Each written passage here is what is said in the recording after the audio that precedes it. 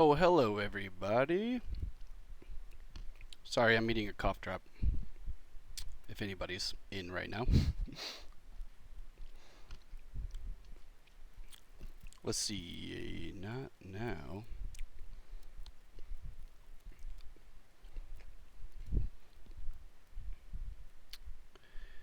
What do we got? Okay. Hello, hello. I'm just waiting for everybody to start filling it up. I've got Restream.io on, just so everyone knows, I'm on Twitch right now, and I think I have YouTube logged in. I do not have Facebook, so I'll keep Facebook opened up on the right side to try and keep tabs on that. I don't know, am I on Facebook? Sorry, this is the time in the stream where I'm trying to figure out what the heck is going on.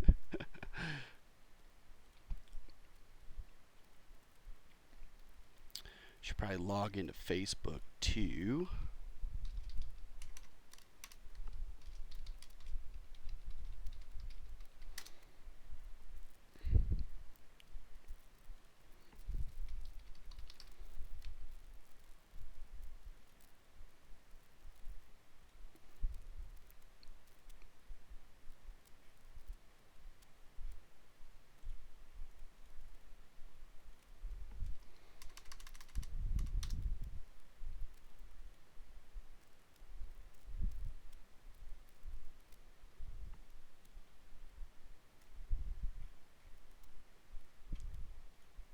Okay.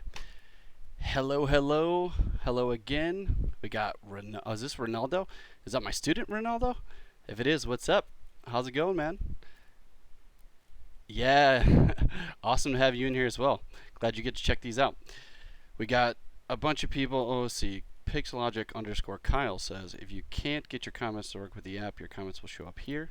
Let's click that link. Hey, thanks, dude.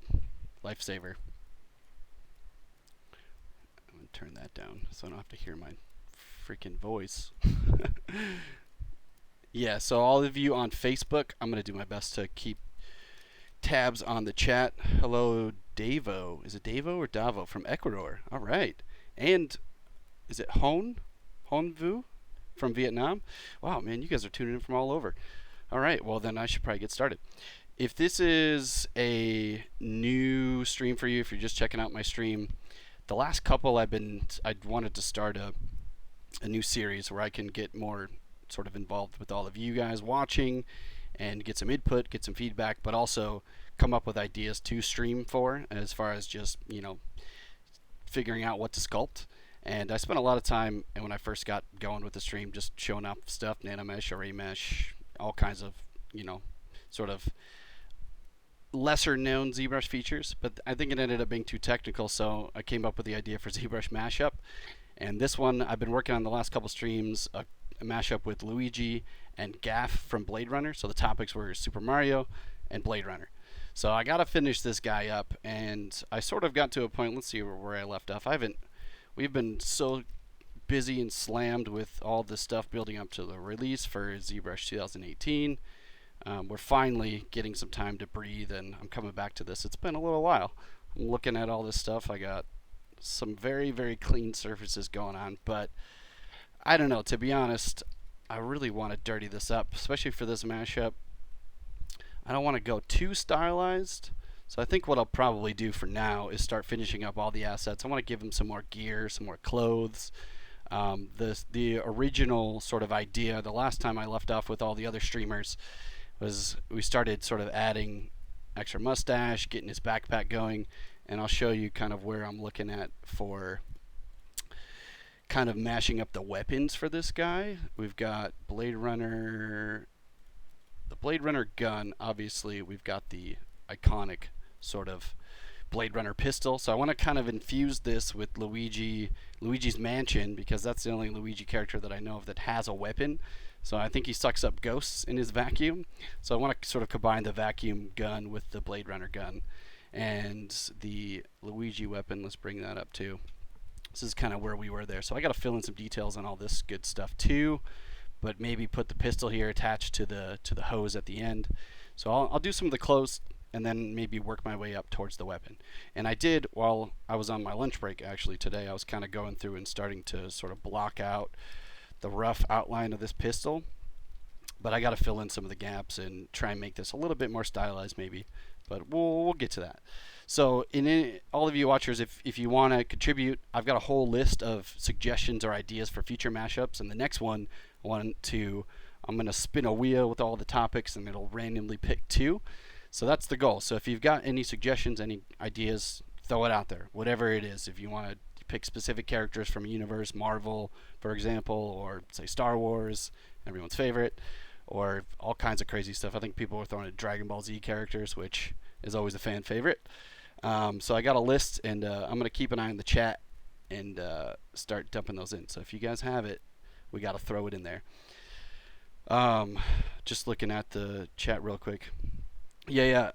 Hazonku. Sorry if I'm butchering that, but yeah, that is Deckard's gun. That's the plan. So I was thinking to sort of tell a story, because we've got sort of Super Mario and Blade Runner as the primary themes. I figured I started off with Luigi, and I was starting to figure out what character he looks like most, and he's got some likeness resemblance to Gaff. So I was thinking maybe later I could do, in my off time I'll do it, but maybe do a whole universe of this. So maybe do Super Mario as Deckard, Harrison Ford's character, and then maybe do some sort of combo action pose where they're both, do some sort of like stylized poster. But I was noticing he does look a lot like, if I go to Misk, he looks like,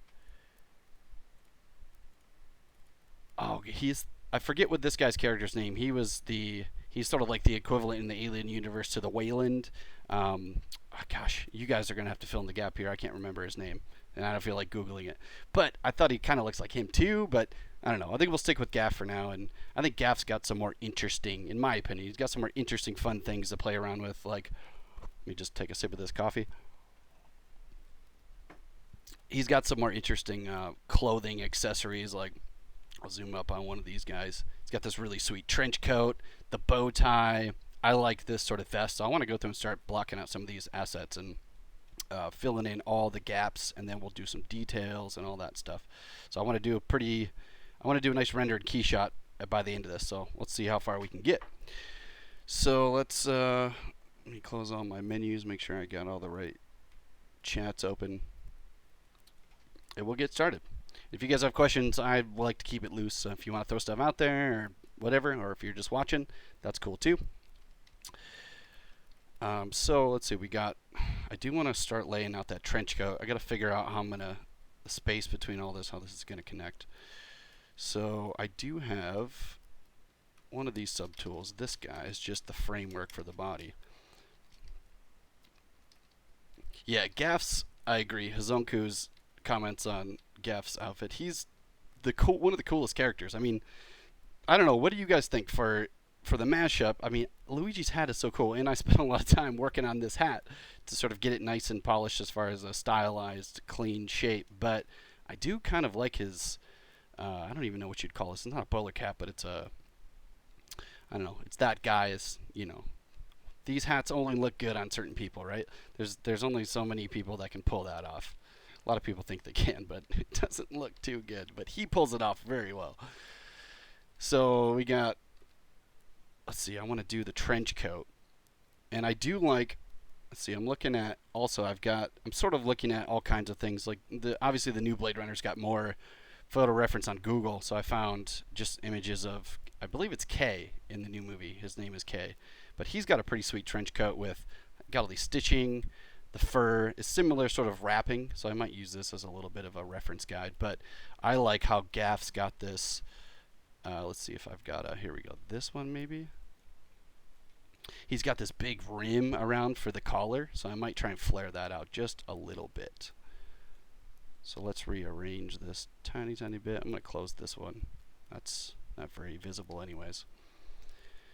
And just so everybody knows, I am using a custom UI, so I'll do my best to show where I'm going and what things I'm doing if you all are kind of looking to navigate through. But, I'm doing just basic stuff, so let's see. We want to I always find just to get a base shape for a shell like this, because he's got space between the jacket as it sort of flares out, finding just any, I always like to start with just a basic shape of the body that kind of gets the general sense.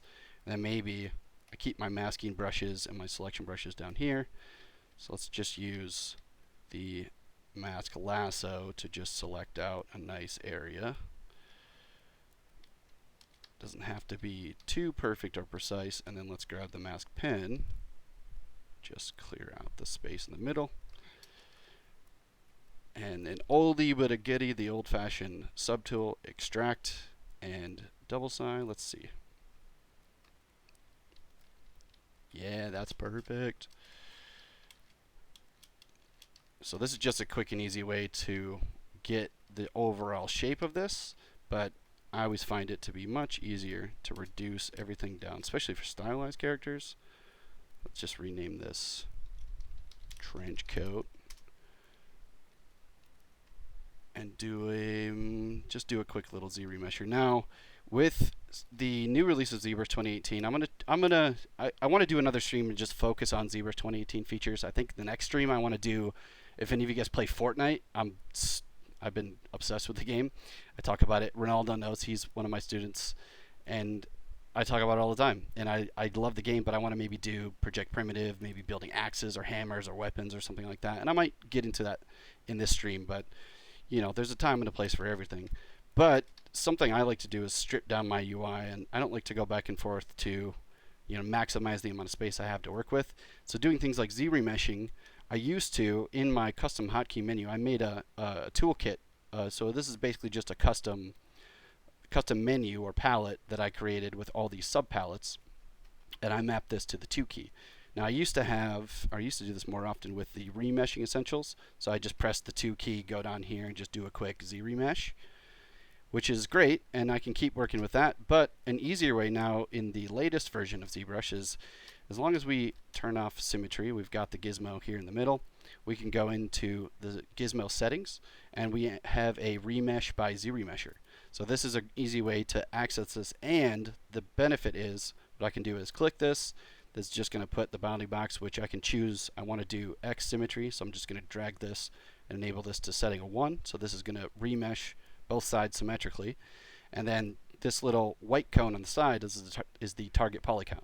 So it's awesome because I can just sort of variably just click it, drag it, and it'll, as soon as I let go, it's going to remesh. And if it's not perfect or the resolution's maybe too low, I can actually go up just a little bit more.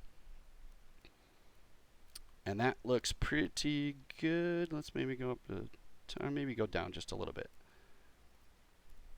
There we go.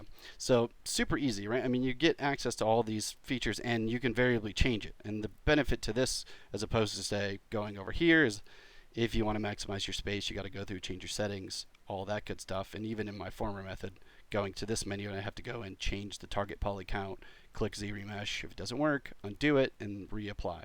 So this is a little bit of a shortcut, and then when I'm done, just click accept. Yeah, Ronaldo's making fun of my Sir Scallywag toolkit, which, by the way, is, I will show you guys. If you go to ZBrush Central, I haven't really posted much on this lately. I don't see as many people communicating there, but I have on ZBrushCentral.com. That's my username, Sir Scallywag. So I made a thread that was going through all my old stream stuff, which I think at one point I was doing this sort of nanomesh spaceship, sort of Greeble Nernies and details and that kind of stuff. But yeah, that's where that comes from. Sir Scallywag's sketchbook. We can thank Kyle Johnstone, our stream moderator for the day. I credit him for the nickname. So I got this thing pretty good, and I might just do another quick thing I can do with deformers. If I want to just smooth all this out a tiny bit, I can go into the deformer menu and we have a smooth all. So this has a little blue cone that I can click and drag. Setting this to 0 is its current state or default state when we turned it on, and then clicking and dragging away just a tiny bit, we can kind of smooth this out. And when you want to finish, we can just go in, click accept. Pretty nifty. So then let's just go in here now with a little symmetry action. Start flaring this out. if you've been using ZBrush for a while, I don't know if you guys use this a lot. Something I like to do with Move Brush. I use Move for especially stylized, just to reshape. You don't want to spend too much time dirtying up the sculpt too soon. But like moving things out like this, I can drag like this, but it's camera based, so it's kind of pulling it away from the mesh. We can actually hold Alt and then click and drag, and that's going to pull, based on the draw size, push the mesh out based on the surface normals. So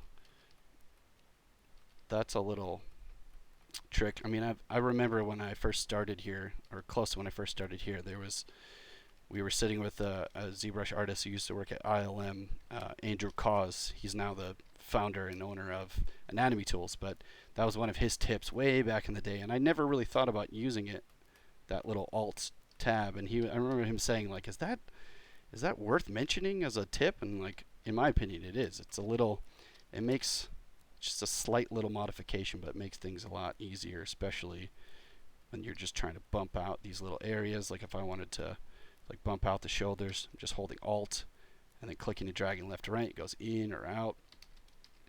So if your hand's not as steady, which sometimes, depending on the day, how much I've been in ZBrush and typing and all that good stuff, my fingers eventually they need a break, you know? Doing this stuff 10 hours a day, it'll get to you.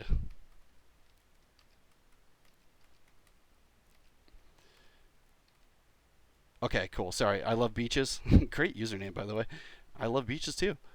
Who doesn't love a good beach? Yeah, it looks like you got it. The good old-fashioned Alt key. Yeah, on the Mac side, that'd be the Option Alt key, but same effect.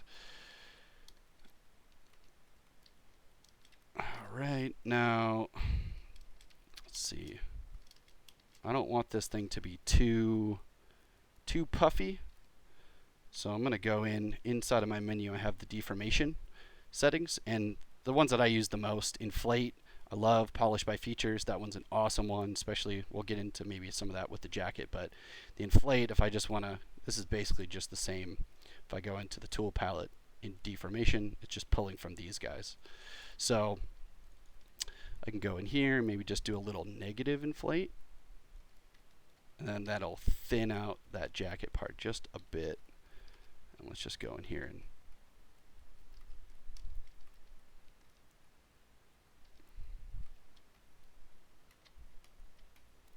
so maybe do a little mask on the sleeve so I can move this back into place without affecting all that stuff.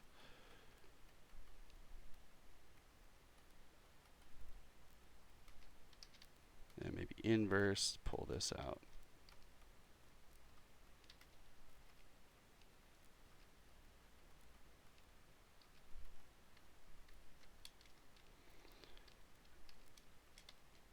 Alright, so we can put a little smooth preview, check that out. That's pretty good. Maybe just a little bit further down.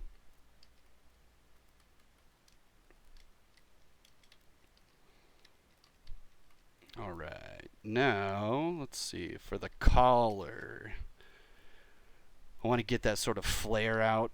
Maybe scale this one up so we can see this a little better. I'm using Spotlight for my reference tool, by the way, if anybody isn't familiar with it. It's a pretty awesome feature. It's great for applying textures to the surface, which I'll probably start doing some of that later.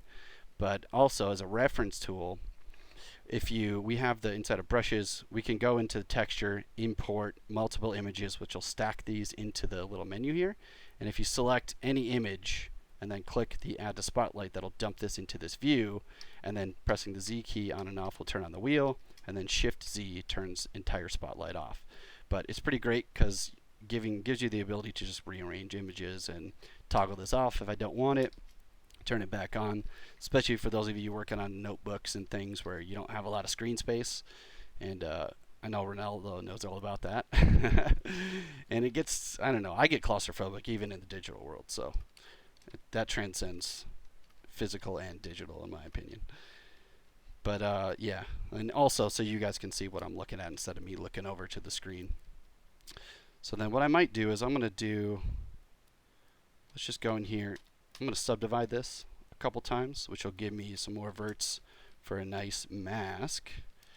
And this is what I like to do for collars. So you see I just get the base shape in here. I'm not going to go in here, and I could go in with ZModeler and start extruding out these edges and bringing that stuff out, but what I can easily do is maybe just do some kit bashing, Dynamesh it together. So I always like to break apart the shapes first. So let's go up a little bit more. Actually, we don't need too much resolution for another extract. So he's got this sort of futuristic, the angle on those collars are a little different than the standard, so maybe try and get creative with that. There.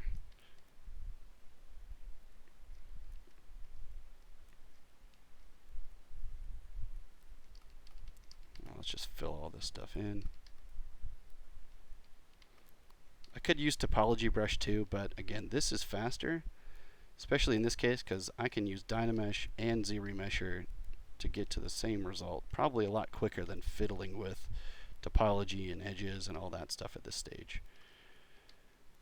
And then let's get the old wrap around. So I want this to kind of flare all the way around.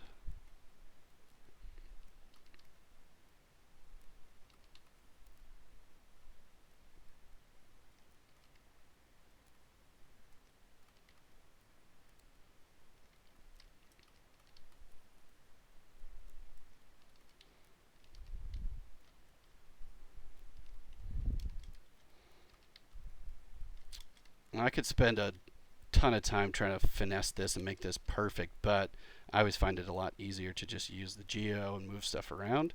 So in this stage, I'm just looking for a quick and easy extract method. So then let's go back into Subtool, and we'll do a little extract. Same settings, I don't know. That's a little too thick for me, for my taste. So let's rotate around. I love this, having the accept, being able to check it. If you don't like it, just rotate your camera and it resets. And then maybe let's go in and change the thickness to 0.01. Yeah, that's much better. So I'll accept that and then turn off my solo. And then, so this is where that, and close the tray.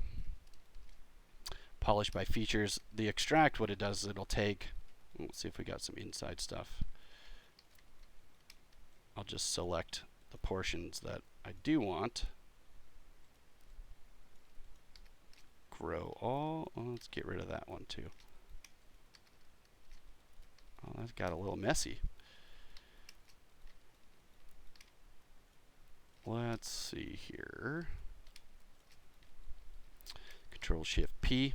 So just so you know, my Control Shift P is mapped to the polygroup options. I've got a couple polygroup hotkeys that I use, auto groups and group by normals. So anytime you see me just assigning random polygroups like this, just selecting a face makes it easy to grab a section, and then so those were all similar groups before. So I just grab this. Again, Control Shift P is mapped to auto groups, and then Control Shift 9 is my group by normals, which has tons of improvements to it, by the way. And it's, if you've been using it before and you haven't used it in 2018, it's really awesome. Less settings and changes that you need to apply. Oh, and then one more thing. I'm going to go, this is another one of my pet peeves, where if I want to see both sides of the surface normals, if you want to turn on, this is going into display properties, turning on double, so I can see both sides when I'm rotating around. By default, this is off per subtool each time you create a new one. But what we can do is, as long as all the subtools I want are visible, I can go into Z Plugin, Subtool Master, click Do Visible. And in here, there's an option to turn on double-sided, and that'll apply it to all visible subtools. So click OK. It'll run through it. Turn all those guys on.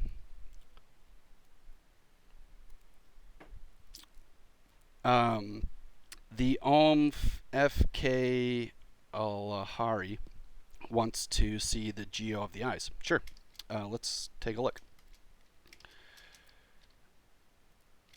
I don't remember what I did with those, actually.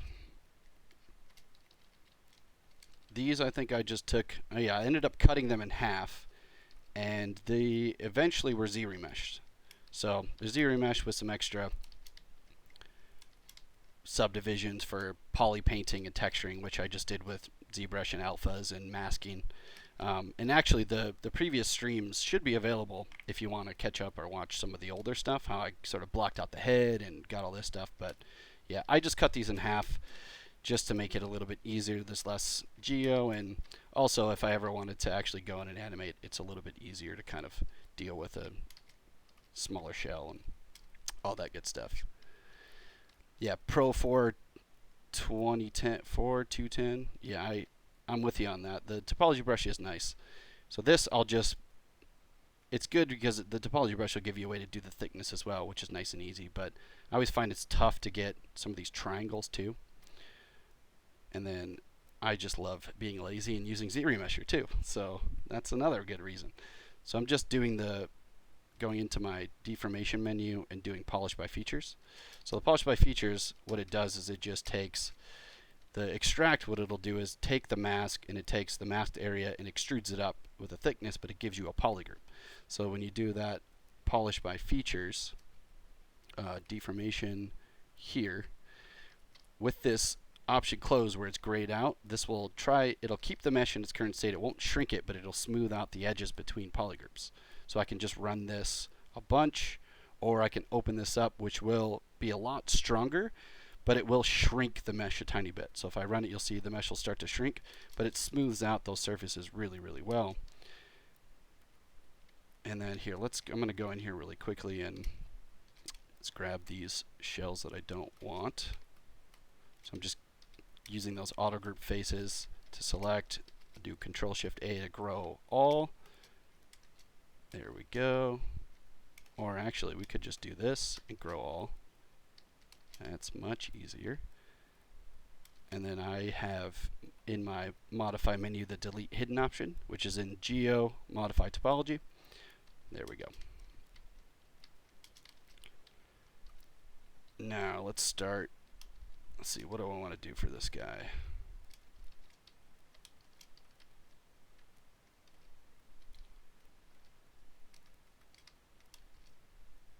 First off, I will probably, let's go in with the gizmo and do remesh again. So I'm going to take this now. I'm not too worried about those edges. I'll be able to tidy that up.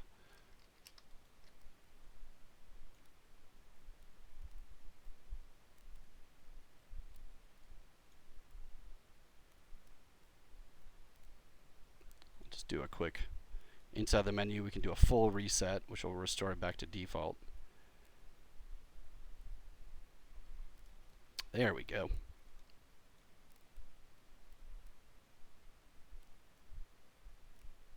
A little bit more.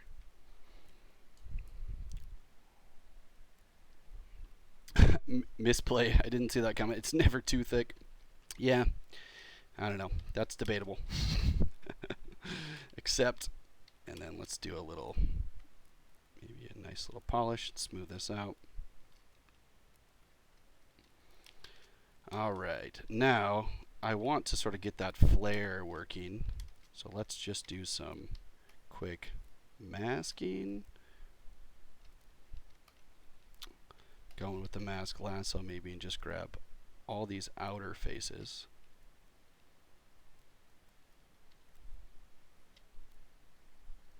So I'm just kind of rotating around, maybe just trying to get a nice clean mask about halfway across all this stuff. And then let's just do a little blur on that, both directions. The more blur I'm going to get, now I can go in with, say, the move brush. I can start flaring this up. I think what I'll do for now is just turn off the backpack. So the backpack's got a couple subtools. I always, if you haven't been using, say, live booleans, I'm going to label this collar. The live booleans have these little drop-down arrows, which are pretty awesome to sort of isolate group selections as well. So if I put a drop-down arrow here, this is going to select everything until it meets another drop-down arrow. So this could be all the head components, which I've got all those subtools listed underneath that. And then it moves down to body, which I have another start. And then trench coat, body, trench coat, collar, we'll say shoes can go in there. Or shoes, we want to leave that off. And then for the backpack, I can start a new one. So now if I shift click the eyeballs, this turns everything else off. And clicking, once I have that all those off, for example, if I want to turn on, like, say, the head groups, as long as I don't have the top chain selected, if I just go in here and turn this on, this will turn on everything in that group. And just clicking once will turn these off, which is pretty handy for group selections like this. So I can turn everything on, and it works the same if I want to turn these two off too.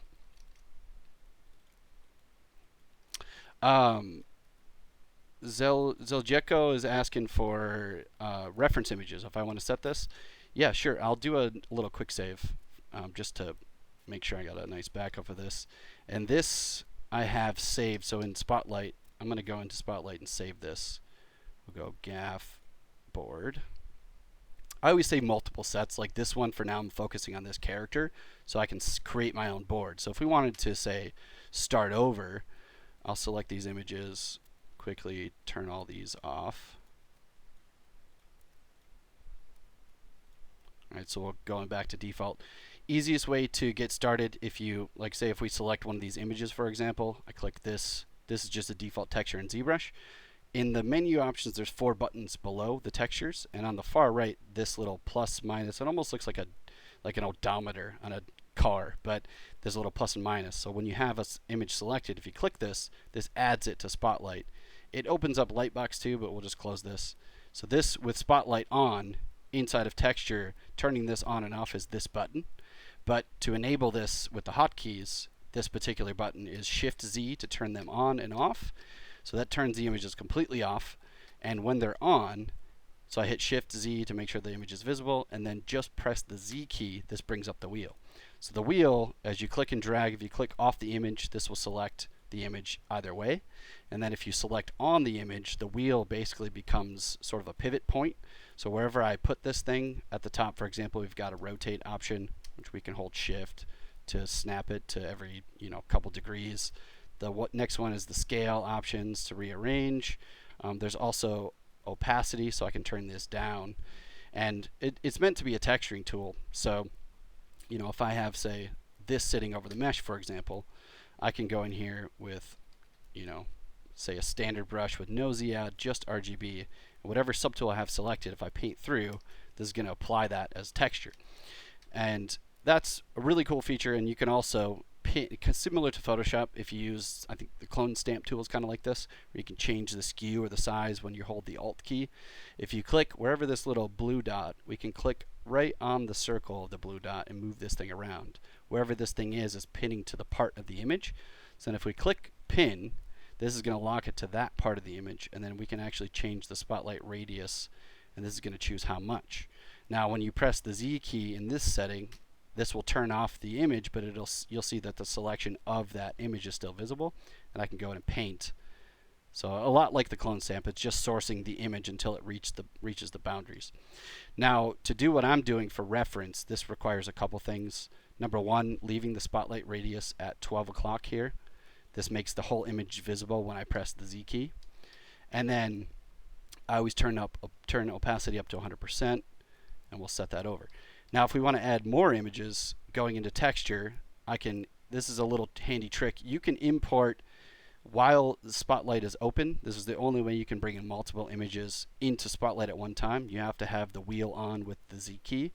So make sure the wheel's visible and this thing is on. So Shift Z to turn it on, then Z to have the wheel. And then go to Texture, Import, and I could say go in here to my reference, and I'll do collections. I could say grab the 2 Harrison Ford reference images. So I'm Shift selecting both, click Open, and this dumps these right into the same Spotlight. So I'll do this where I'll just add a quick image as a default, and then import multiples. And if I select, say, this old wood texture now, just when you select the image itself, this will highlight that particular one, and at the bottom there's a little delete button. So I can click delete and remove that. And then from there, it's basically just, you can select an image, maybe scale, rearrange. Once you kind of get the arrangement good, if we have multiple images, you can click outside of the images themselves, and this will move everything globally. And then you can just turn the wheel off, and there you go. Those things are locked to the canvas. Now, the only thing that you have to do when you're doing when using this as a reference, if you want to say sculpt, the move brush will work while spotlight is visible. So I can go in here and use the move brush, but other brushes like standard sculpting brushes, clay brushes, anything like that, if I want to go in and actually start sculpting, the clay buildup brush, if I go in and try and sculpt across this, you'll see nothing's happening. So this is actually a setting we have to turn off for spotlight, which I have here in my UI, the spotlight projection. But to show you the default, if you go to brush, down in the, why am I forgetting? Brush samples, and at the bottom there's spotlight projection. So if we turn this off, which you'll see on the right side, it's disabling as well. So it's just mirrored over there. If we turn this off, now I can have my images up and I can go in and I can sculpt. So that's pretty much the general thing, and we can go into texture and save the spotlight and it'll keep it in the same position, which is really awesome. So if I go back and load the one that I saved from before, go to my reference spotlight ref boards, load in GAF, this will bring it back exactly where it was, and I'm good to go. So yeah, I can keep adding to this as well, and I probably will here in a little bit. So let's get this mask back. So I'm just using a large draw size with the move brush to kind of flare this thing up.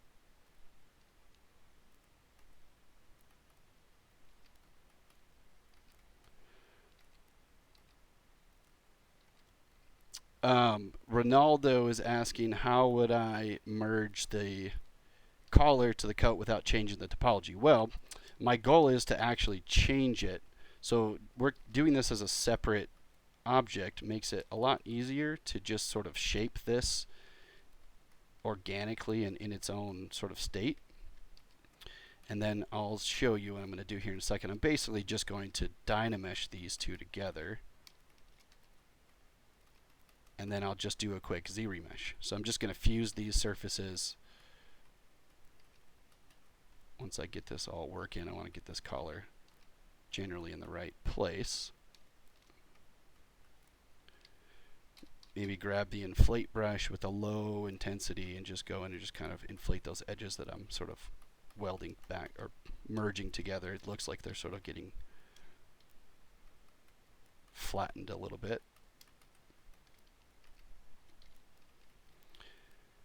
So then let's just do the flare for this part too. So the more we blur this mask, we can even go in now with, say, the gizmo and alt click in the position where I want.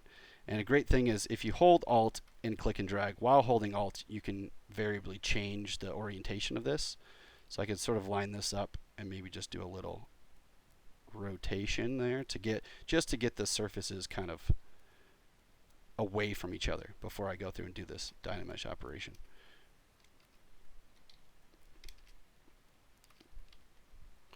And maybe even before that, I might go in with, say, the standard brush with Z add on this time.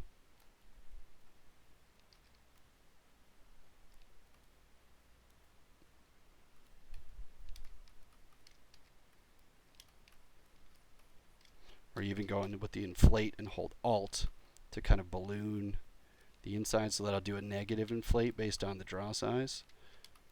But that's probably too much. That doesn't really matter too much. Alright, now as far as getting these to sort of shell together, once I get this, I want to make sure while they're separate assets that I really go in here and tidy up all this. So I've got this shell just jammed right on top of that surface. And I'm going to just maybe bump it up against the edge of the trench coat base that I made, so it's sitting nice and flush.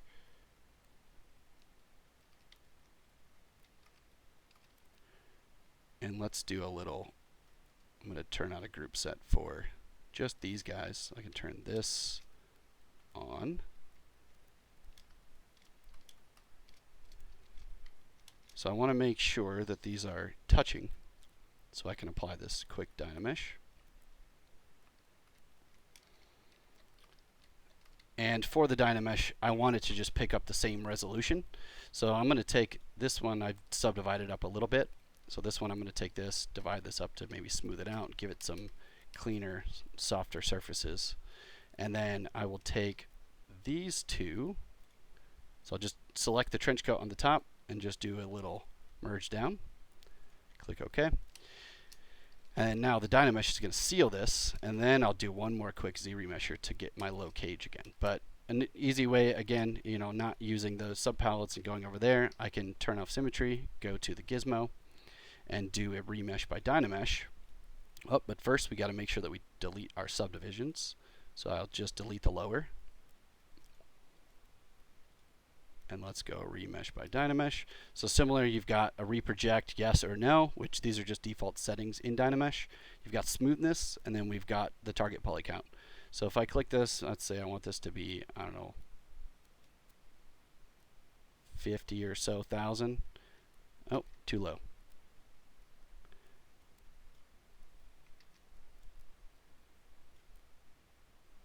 There we go.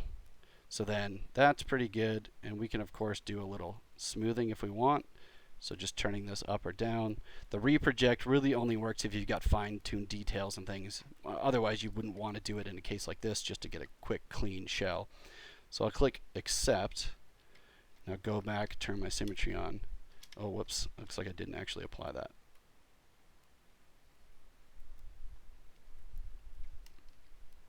There we go. Now I'll do accept. So it keeps the polygroups, but it did weld these shells. So now I can just go in here. And if I want to just do it by hand and go through and just smooth all this out, I can. But I could have used the smoothness slider, which might have actually worked. In this case, I'll just do a little deformation polish. So that'll apply it all over the place. And then maybe just go in with the smooth brush at a lower intensity and just kind of tidy up all this little stuff in here where that edge was kind of welded. So it's an easy way to just kind of merge the shells together. And I honestly probably don't have to spend too much time on this, but I do want this thing to pick up. Let's go sort of smooth that down. If you want Z-remesher to pick up all those shells, make sure, like this part I might want to do a little with the Damien standard brush, kind of just accentuate that a tiny bit.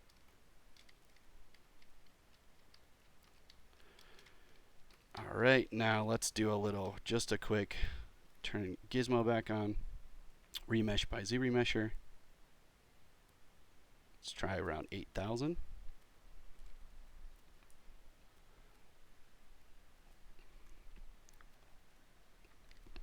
Yeah, Dynameshing with those deformers, all the remeshing stuff, Dynamesh, Z-remesher, it's so much easier. Just as far as workflow and sort of staying focused in one particular area. If you're still getting used to ZBrush, it can be a lot to kind of go back and forth to menus and getting used to where things are. So all this makes it a lot easier.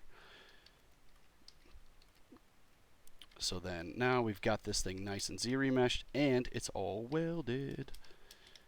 So then now let's go back. I'm going to turn everything back on.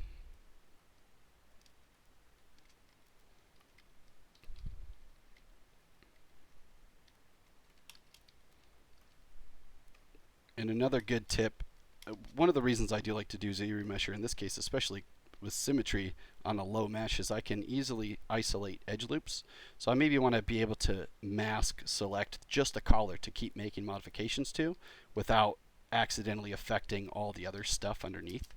So what I'm going to do is, using the selection lasso, we can actually go over, say, one of these edge loops going all the way down. And if you click Control Shift click on an edge that's facing towards, say, this edge loop, between this point and this point, if you select the edge itself, that'll remove the entire edge loop. Now, in this case, I just want to find a way if I can isolate these. If I try auto group, no, they're still connected somewhere. So the goal is to, say, if we just remove this, and then now go in here, grab one of these. Nope, still touching. So I probably am going to have to Let's try removing that one. Say, whoops, that one.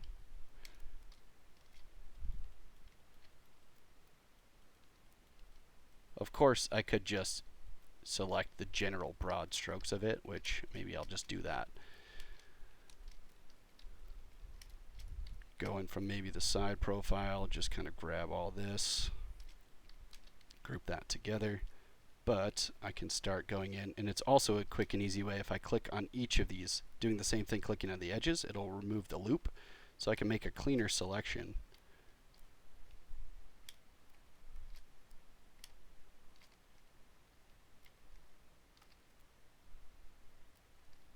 And let's make sure it's a new asset, so I'll turn on display properties double. I'm just doing reverse selections and removing some of these parts.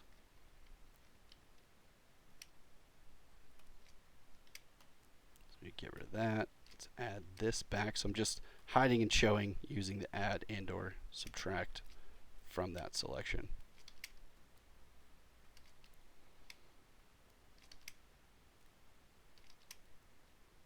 Oh, that's strange. There we go.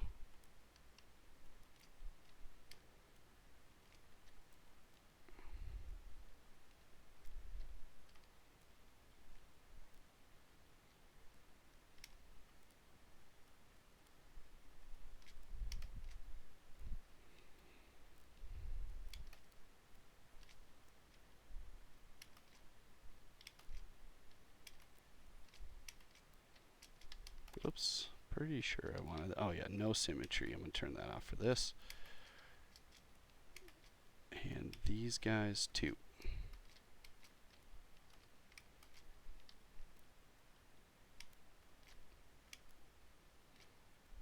So again, that auto group makes it easy to just kind of go in and just grab this instead of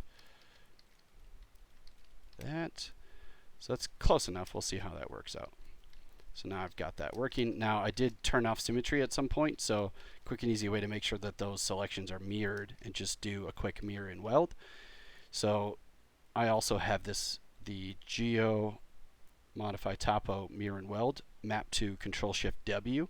So it defaults to whatever setting is turned on. Right now it's an X. So if I just do Control Shift W, that'll go through and mirror that, which makes it a little easy. Most of the time I always start my seams making sure that all the assets are facing the Z-axis line. So that way I'm always, for the most part, mirroring and welding in X. And if I do have to kind of change it, I actually put this inside of my sub-menu, mirror and weld, that I can just quickly change this. So either way, but I will, let's see, I'm going to delete this edge loop with Z Modeler. Or maybe let's delete this one down the center. Is that not? Let's see what's going on with that. Oh, I see.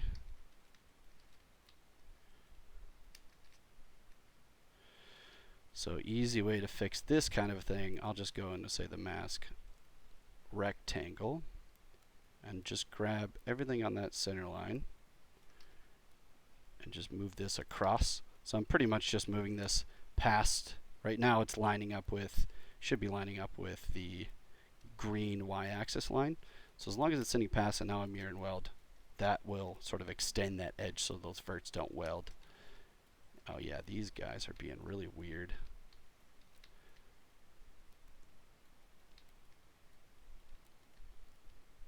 Let's see, what do I want to do with that?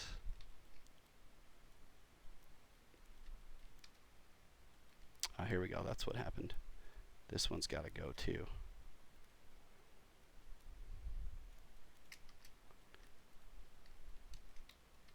Oh, stop it. Oh yeah, let's mask that off.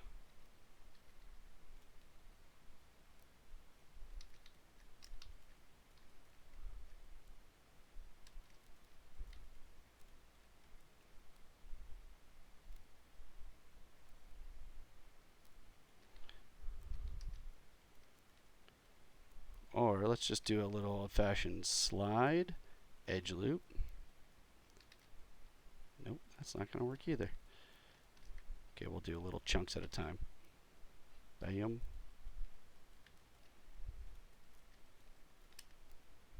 Maybe mask this off and do the slide edge loop with no symmetry.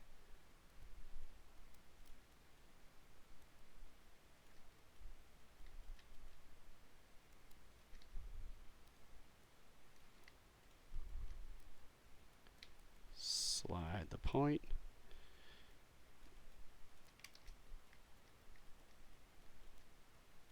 Oh goodness, why does it want to do that? Okay, so let's just do a stitch. So I'm just using ZModeler, the points action, and just stitching any of these edges that aren't mirror and welding perfectly.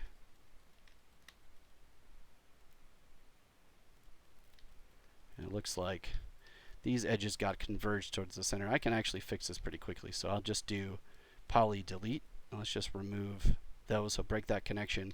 And then this should be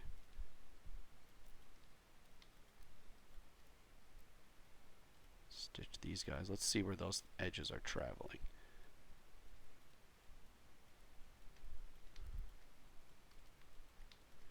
Basically just want to get rid of that one edge.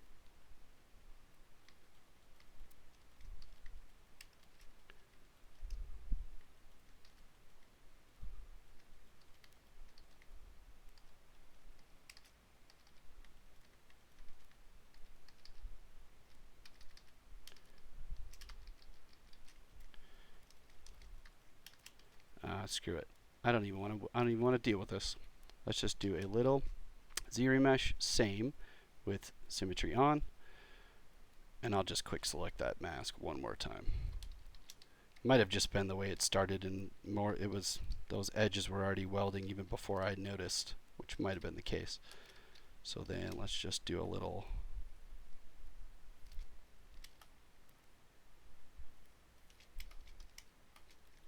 there we go, that'll work. Now I can maybe tidy up this mask, or tidy up this poly group by doing a little mask, blurring, smooth it out with the sharpen.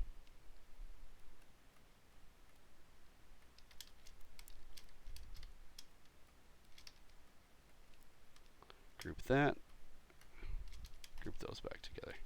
There we go. So I kind of just shrunk it tiny bit. Dougie said that's cheating. I guess it is. I mean, your standards are really high, Dougie. I'm just saying. Now, in the old-fashioned sense, I mean, as far as like, you want to compare this to clay sculpting, for example, I mean, this is all cheating. We'll never know how difficult that is to sculpt in marble and sculpt on surfaces that you just can't change without a lot of work.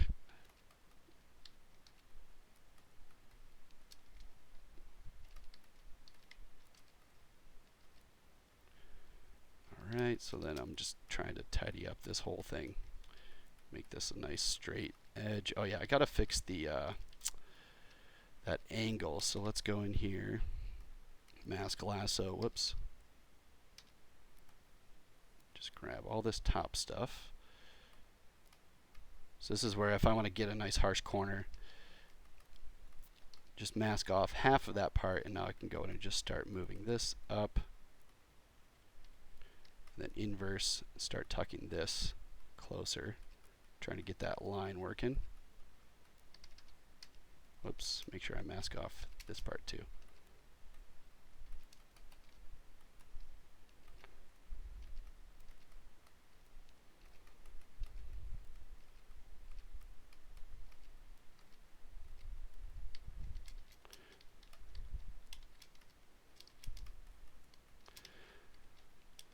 Alright, so we're getting there, but I do want to go in and maybe just do, I start getting into sculpting clothes and things, trying to get the dip and all this and sort of, I don't know what that would be, sort of U shape in there.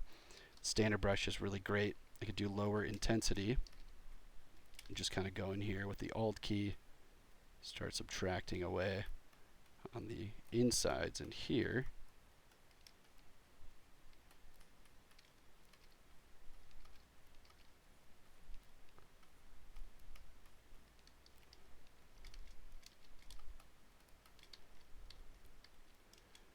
And then just do a little deformation, polish.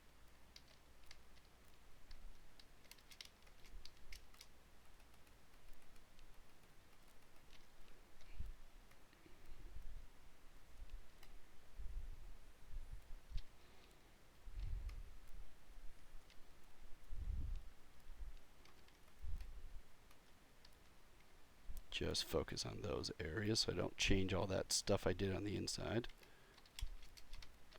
Alright. We'll leave that for now. Except, sorry, I'm fiddling. This is what I do. Start getting too locked in. It's almost better to just not do things with reference, you know? It's much easier to just do stuff without focusing on, oh, it's not right.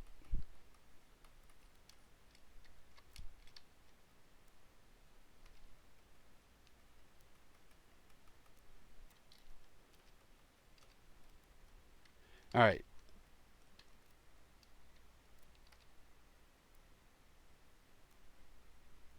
Dougie said, I've never sculpted a marble. If I did, there'd be a big bag of concrete mix. Needed to be Control Z concrete repair. Oh man, could you imagine if you had Control Z in life? Oh, that'd be amazing.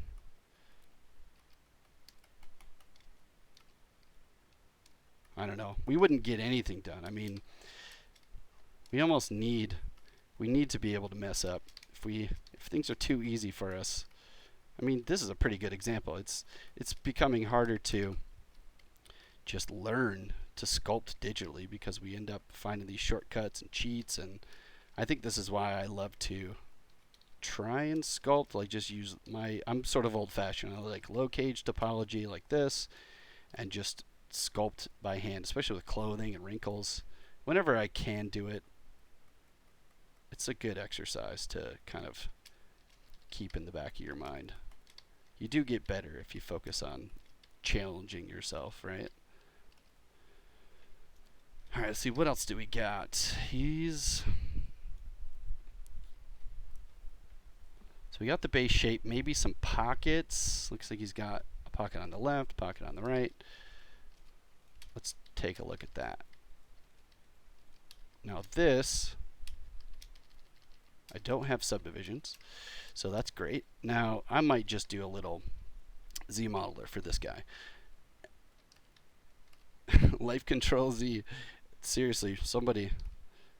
That's a problem. I mean, who knows? That might be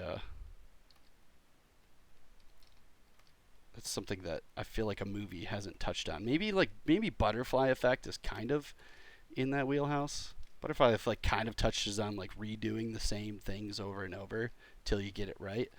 But then I think if there was anything to learn from that movie is that you can't change it, supposedly according to the rules of time and space. But I think their philosophy was everything is already predestined. It's just a matter of figuring out how to understand it, which is also a Matrix quote, by the way. I think the Oracle says that to Neo at some point in maybe Matrix Revolutions.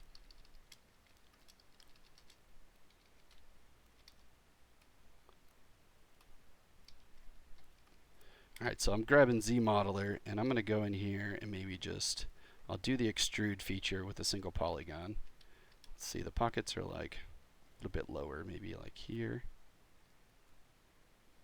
So I'm just holding Alt and then painting around these faces.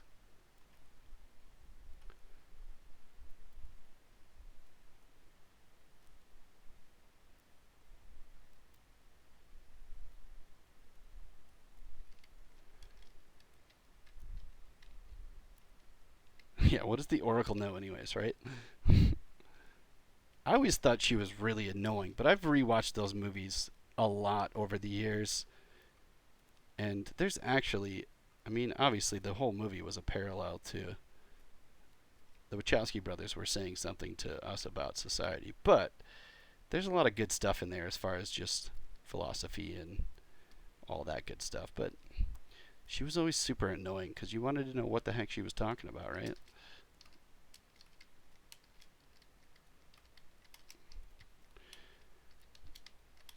There we go. So let's maybe go insert some. I'm just going to do edge loops for this for now to kind of hold these shapes.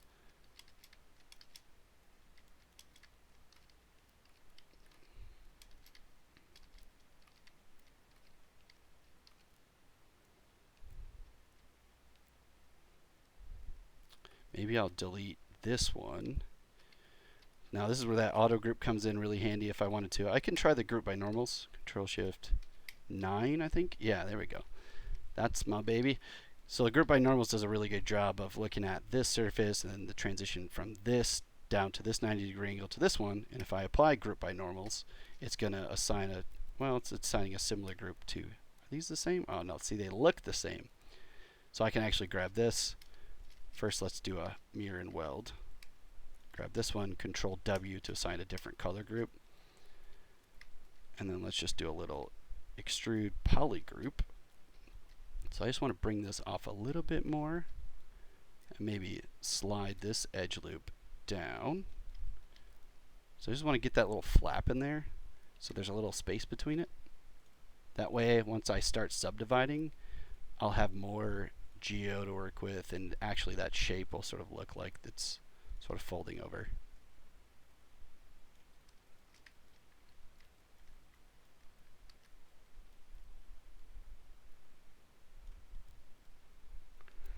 Control Shift P, group by normals, Control W.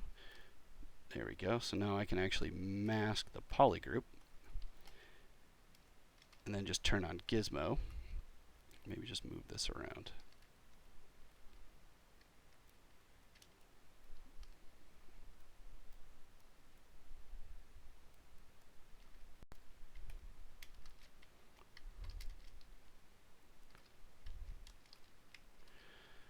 Alright, that's looking good. Now he does have, it looks like there's a little overlap. I don't know, what do you guys think? Should I give him the folded coat with the belt? I think that's more fun. There's more to work with as far as the accessories and things. Oh, somebody had CPU question. Pro 4210. What was your question? Let me see if I can go up there and find it. When you turn something on in ZBrush, the CPU usage spikes. What is that about? Is there something you can do to avoid it? Yes, there is. As of right now, we've been getting some reports. Just to answer that question briefly, we're aware of certain issues. There's something happening with processors that have a high amount of threads. So anything that's basically everything above a quad core, if you get up to 16, 10 cores and above, essentially, some of the features, deformers, have been reported to slow down, as well as Sculptris Pro. The only thing that you can do at this time, we're working to fix this when we release a patch for this version, but if depending on what your processor is, I have a quad core, so if I go to my performance settings, the max threads by default will automatically default to the highest amount of threads that it has access to. So because it's a quad core, I have 8 possible threads, 2 for each core, essentially. If yours is higher than that, this is where the issue might be with. And what you can do is if you reduce your max threads to 8, most of the reports I've dealt with, 4 ends up reducing the amount of CPU that gets hit and slowing down ZBrush and all of that. So reducing this down to 4 has worked the best, but if you have above 8, for example, try and go down to 8, test it for 30 minutes or so, and if that's still too slow, maybe go down to 4. So yeah, so that's one option, and you can also try separately, if you just want to leave this at whatever default, turning off multi-draw. This will essentially reduce or not do any multi-threading to use all of those threads.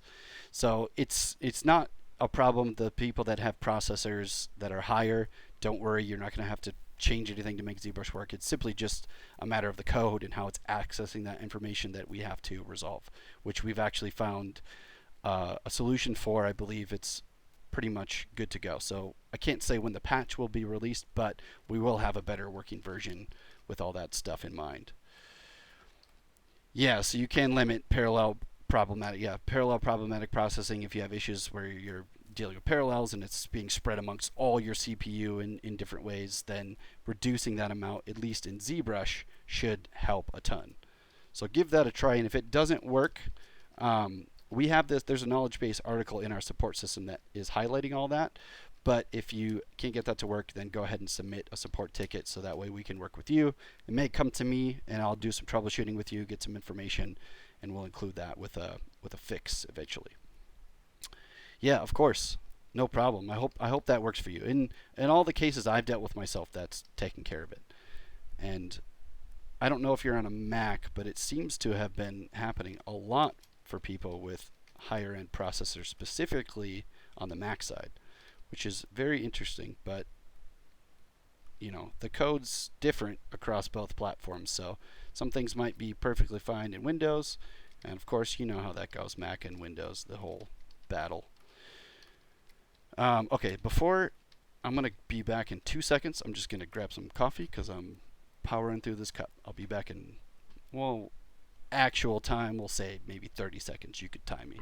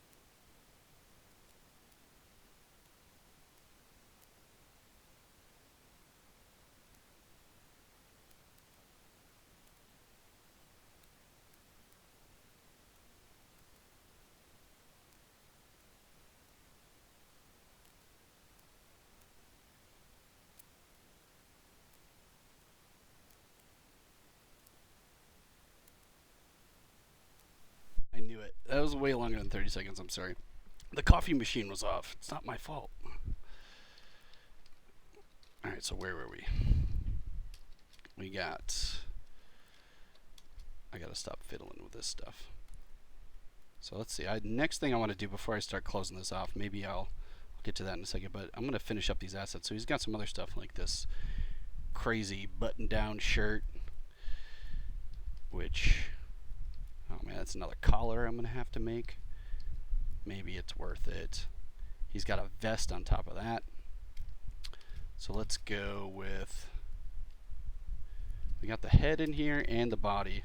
I'm actually going to do that kind of a selection because I want it to kind of go up to the neck or wrap around. I think what I'll do is,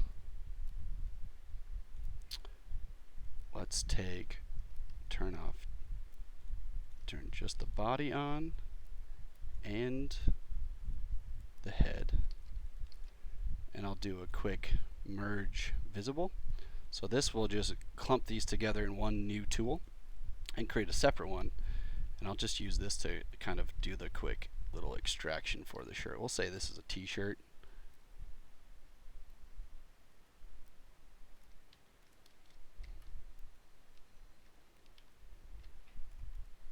Straight lines are better with the mask pen because I can use the rectangle, or you can just switch to the rectangle, but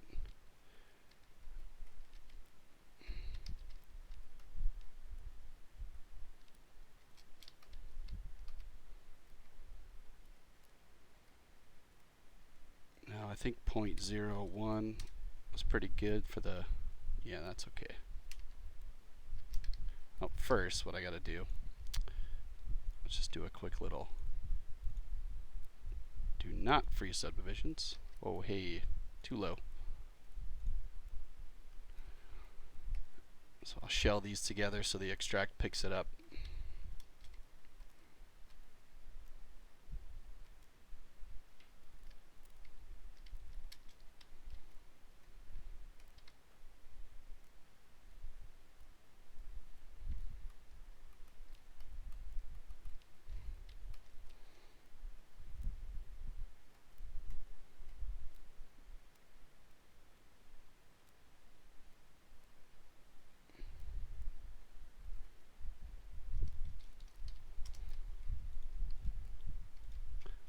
Okay, that's pretty good.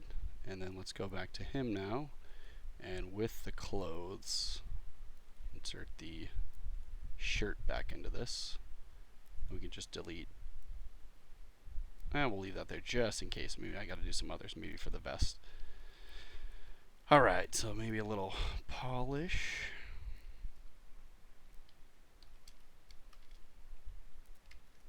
Oh no. Maybe that's a happy accident. I don't know. Do futuristic shirts have holes in the back? I think they do.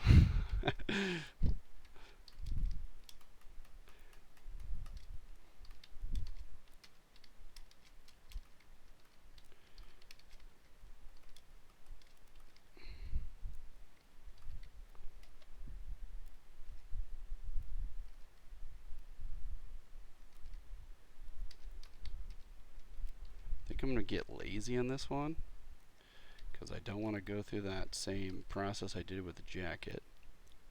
Oh no, maybe I'll do it.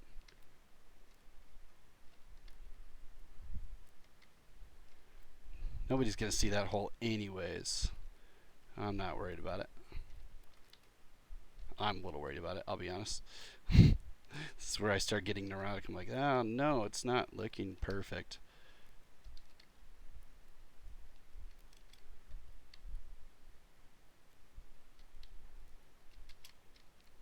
Alright, let's do a little extract 0.0. I'm going to do a little bit lower, 0.009. Oh, whoa, I got a little extra mask in there. So that's something like this. This is just grabbing the insides, which you can do if you're dealing with thinner surfaces like this. Let's see, do I keep this in the... I do. So holding control, say the mask pen, we can turn on back face masking. So if this is per brush, so even the masking brushes with control are counted as a brush. So if I hold this, go into brush, auto masking, there is a back face masking option which will protect whatever surface we're viewing. It'll protect the outer surfaces. So I should have turned that on for this thin surface, but I'll hold control, turn this on. I keep this as a custom UI button because I end up using it pretty often. So just a little reduction. And now I can go in with control and alt and just say paint this out. So that way I don't remove any of this stuff. And then maybe we'll just leave that on for now.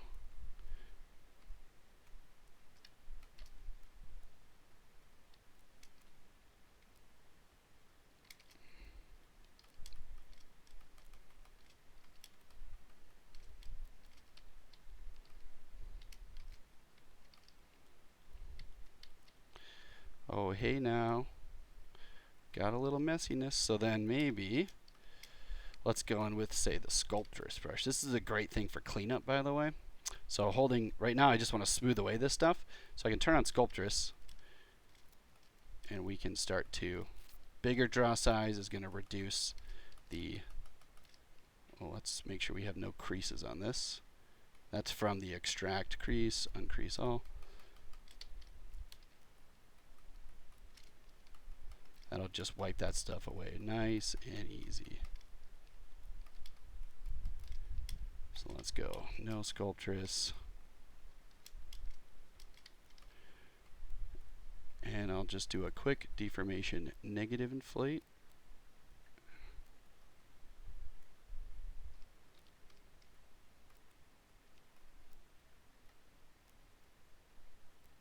And remesh this one.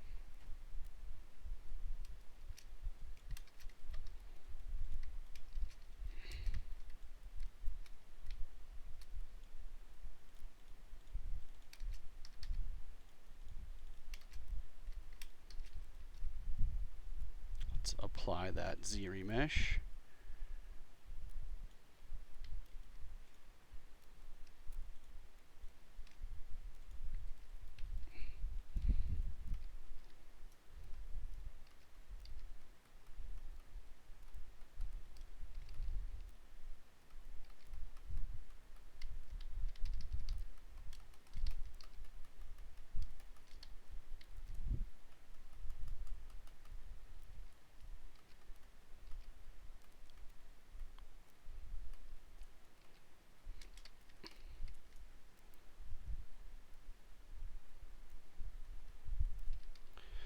So, little trick. I always use the deformation inflate, but if we go big draw size and reduce the Z intensity really low, I can just hold Alt across this whole thing and just kind of deflate some of these areas without too much intensity. Too high, if you've done, I'm sure some of you have done that before. It's very destructive sometimes.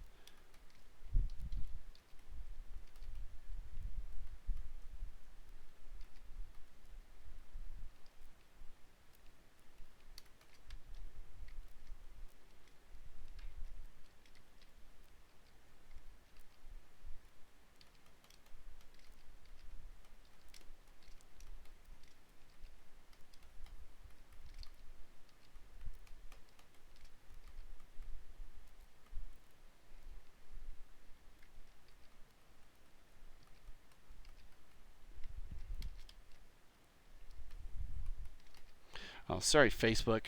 I'm just realizing I have not been checking the chat. Hopefully you guys are doing good. If you're on Facebook right now and you do have a question, I got this up now, so I'll be better at tabbing over there. Let me just set up my window so I can see it a little better.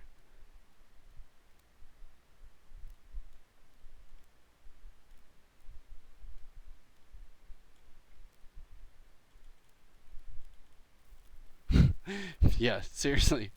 Dr. Pixels, my ADD will. I'll be like, ah, that hole in that shirt. Gotta fix that tomorrow.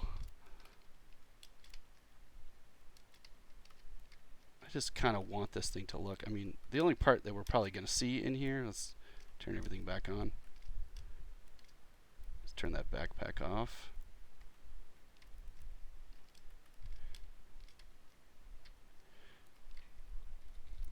Let's take, I'm going to just move the jacket out just a tiny bit.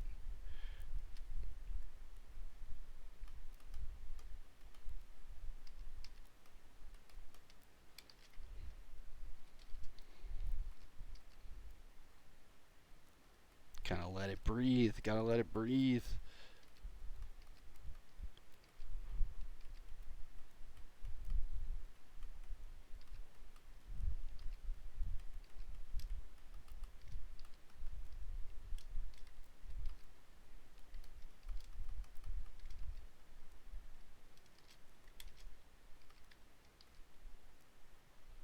Alright, let's get in there with the old shirt action.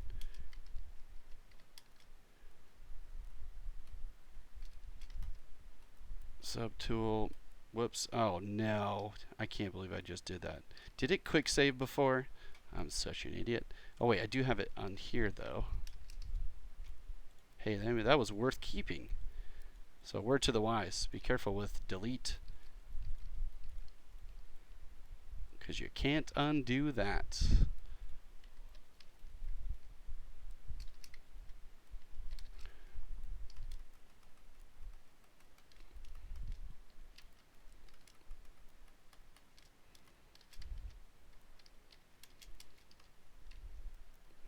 merge down.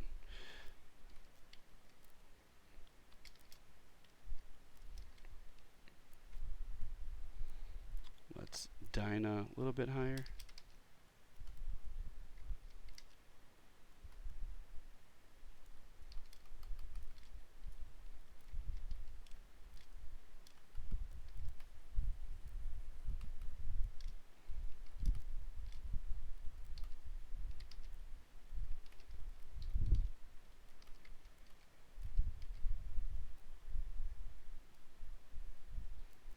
So I'm just going to make sure this line is looking pretty defined in here. Let's just try a quick Z remesh.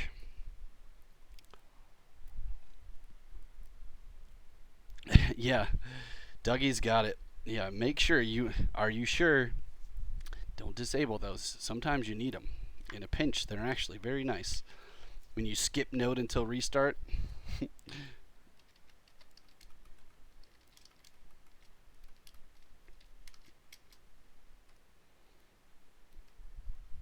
Alright, let's turn on the old head again. And the rest of him.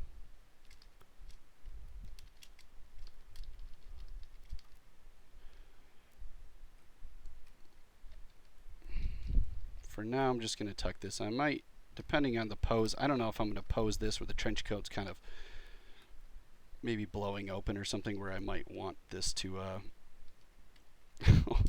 speaking of this, okay, wait, what do we got here? We got overalls. Let's go this with the, I'll move the body base as the start group instead. So we'll do body, shirt. Oh yeah, also another tip of wisdom, save often. And save multiple iterations. I think I'm on for this if I go to my, I think since we started I'm at version 16, so I always kind of manually save. Let's bump this up to 17. Who knows, you might accidentally delete your quick saves, which is also a one-click button, so technically that's a single point failure if you're relying solely on that. It's nice to have, but I get annoyed by constant things popping up, so I set my max duration and restoration to 600, and I'll just manually hit the 9 key to quick save every once in a while, sort of as like my backup while I'm working, and then save a master version later. But that's just me. Let's see, I got overalls. Yeah, I'm trying to think. Okay, so I think if we're thinking design choice here, I think the shirt is kind of ridiculous, but maybe tuck the shirt. He's sort of like a farmer. Tuck the shirt underneath all the overalls.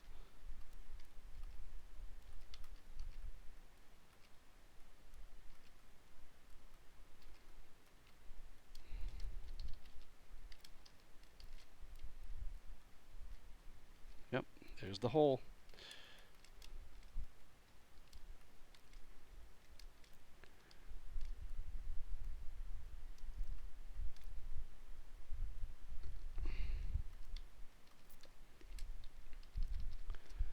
Alright, so I'm going to go down and remove these subdivisions really quick. And a little tip as far as, let's see, I want to, first of all, I want to move this over so it's a little bit closer to the center. Wow. Mask lasso with mouse, not good. So I'm just going to turn off symmetry and just maybe just with a nice soft mask go in here. Kind of tuck this over. Oh, that's going to give me some weird edges though. That's the only thing. I think I want to make sure I protect the entire symmetry line.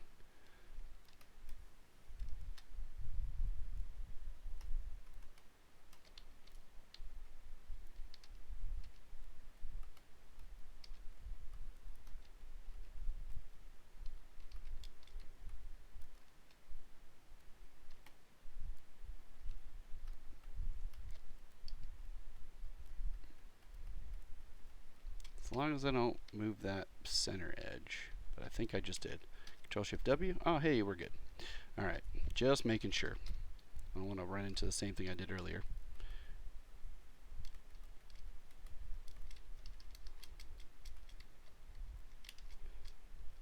And then, so now with no subdivisions, I'm going to go solo this. And he's got that sort of, I mean, he's got a button down.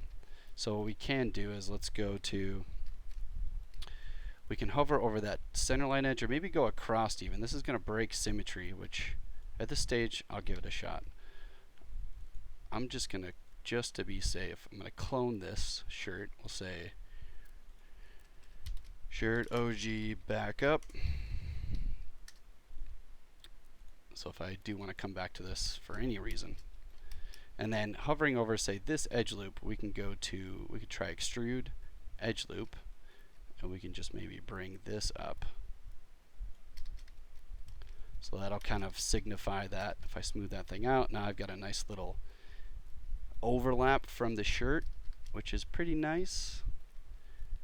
And then we can, if we want to modify or tweak this, we can maybe take this edge, go to slide. Hopefully this is a complete loop. Yep. Very nice, remeasure, very nice. And then I always like to maybe fill in, I'll insert an edge loop across, but then going over the edge, doing a slide, we can reduce the sort of tapering of this. So if I go a little bit further, here we go, kind of readjusting and softening it by sliding those edges across.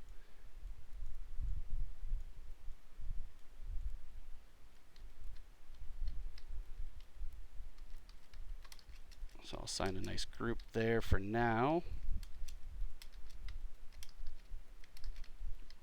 And we can even go and crease the edge loop. So I crease this one and this one. So now when I smooth it, that thing is nice and crisp, which works pretty well. And then now let's see if I want to do some good old-fashioned buttons. Maybe I should do some clothing sculpting first. Yeah, I think I'll do wrinkles first and then we'll get to buttons.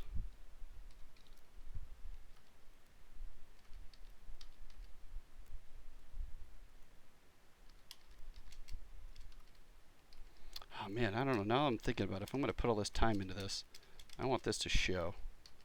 So I'm going to bump this back out, at least in the front.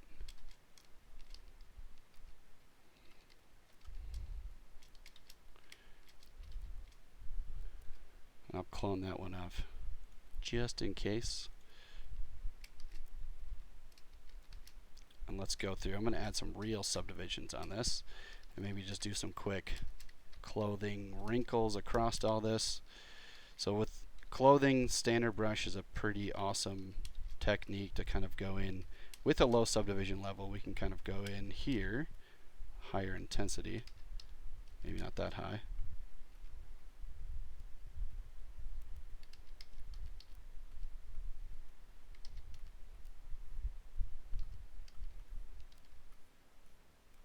So add and then subtract. And as we work our way up, it'll kind of soften that.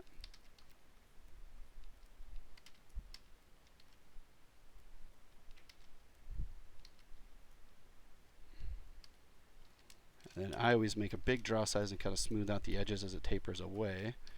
And then always, anywhere I subtract, I'm going to add around it to kind of define that shape.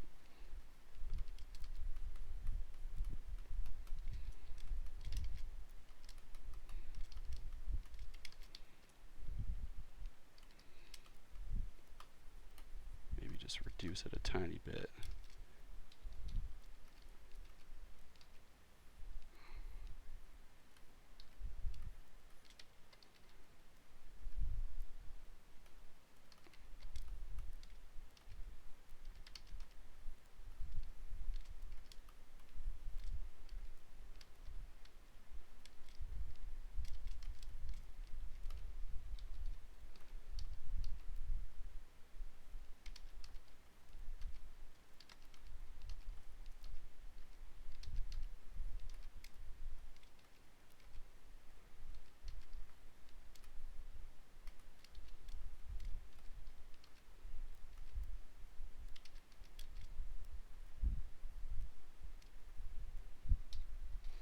And then going in with, say, the pinch. The pinch brush is kind of a good way to finish it off or tighten up some of those areas maybe at the front.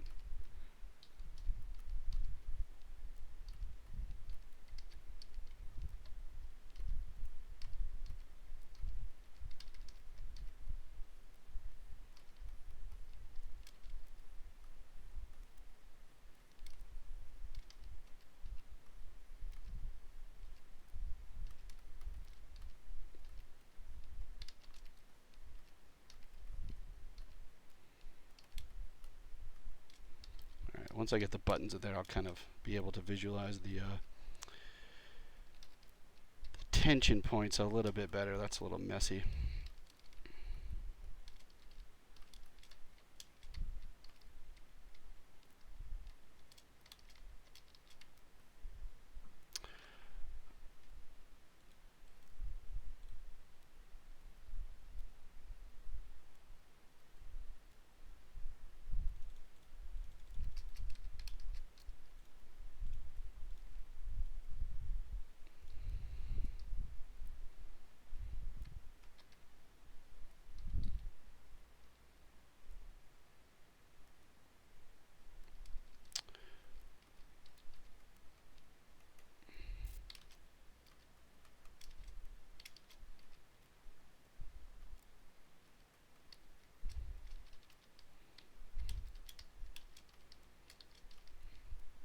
Alright, now next up, let's do a last one. Maybe I'll give him a bow tie really quick, just to kind of see how that's working.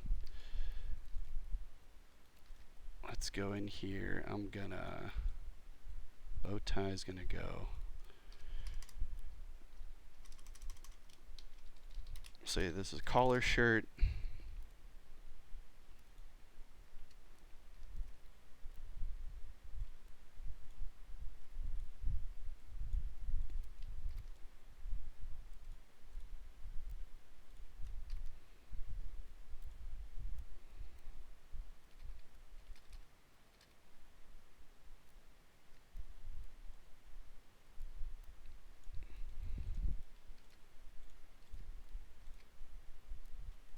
I'll probably just insert a sphere for this one and just do some good old-fashioned Dynamesh sculpting.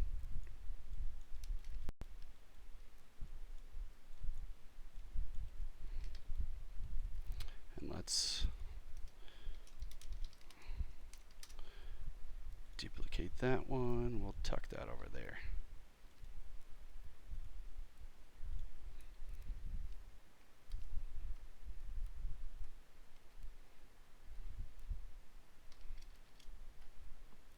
Actually, you know what? This is a perfect time for, we could do some Sculptris Plus. Actually, we can do this all out of Sculptris Plus. That's what we're going to do.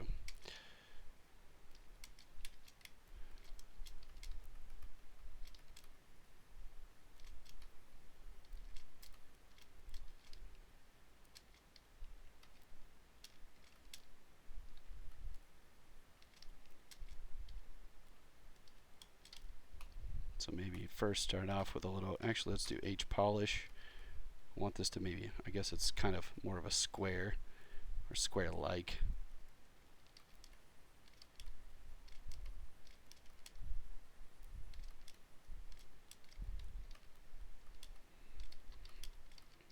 I'm a little bit more resolution obsessive, so for me, going into Sculptris Pro settings, I'm going to reduce the subdivide size down to 0.75 and the undivide smooth ratio down to 1. So I'm just reducing them both by 0.25. So I'll get a little bit more resolution so that way I don't destroy too much.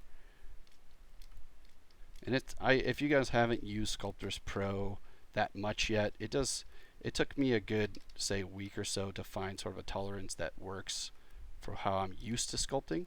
But then, you know, also kind of experimenting with it at low res. It's pretty awesome to easily get some different ways to just reduce and add, and you can variably change it as you go.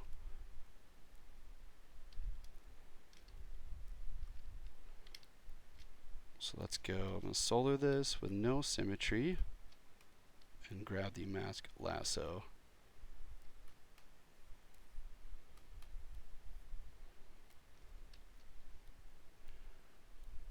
Let's go deformation, maybe a little inflate. And then the great thing about this, with the smooth lower, if I do a small draw size, it won't destroy too much. It'll actually add more resolution and just change my smooth amount as well.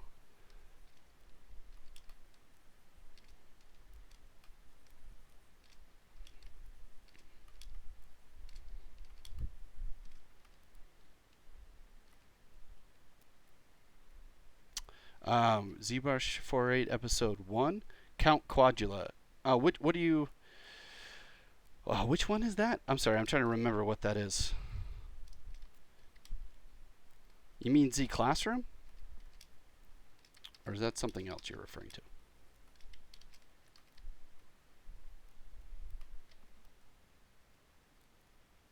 Oops. Inflate, let's go 0.5.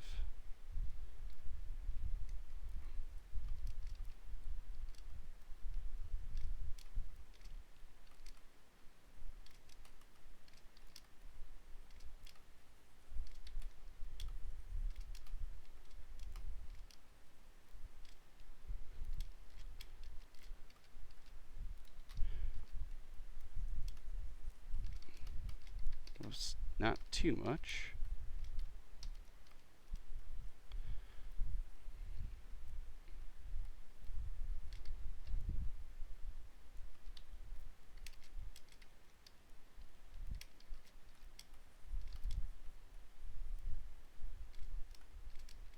I don't even know what I'm doing at this point. I'm just trying to make it look like it's tied, but I'm not thinking about the actual logic behind it.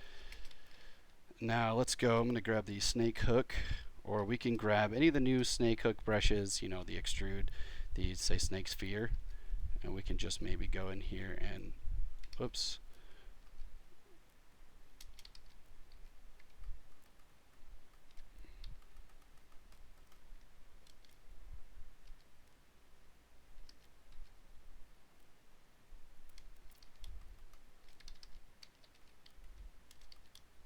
See, this is where I might even want to go a little bit lower, so I'm going to go down to 0.65, and this is the minimum amount for the undivide ratio, which that's okay.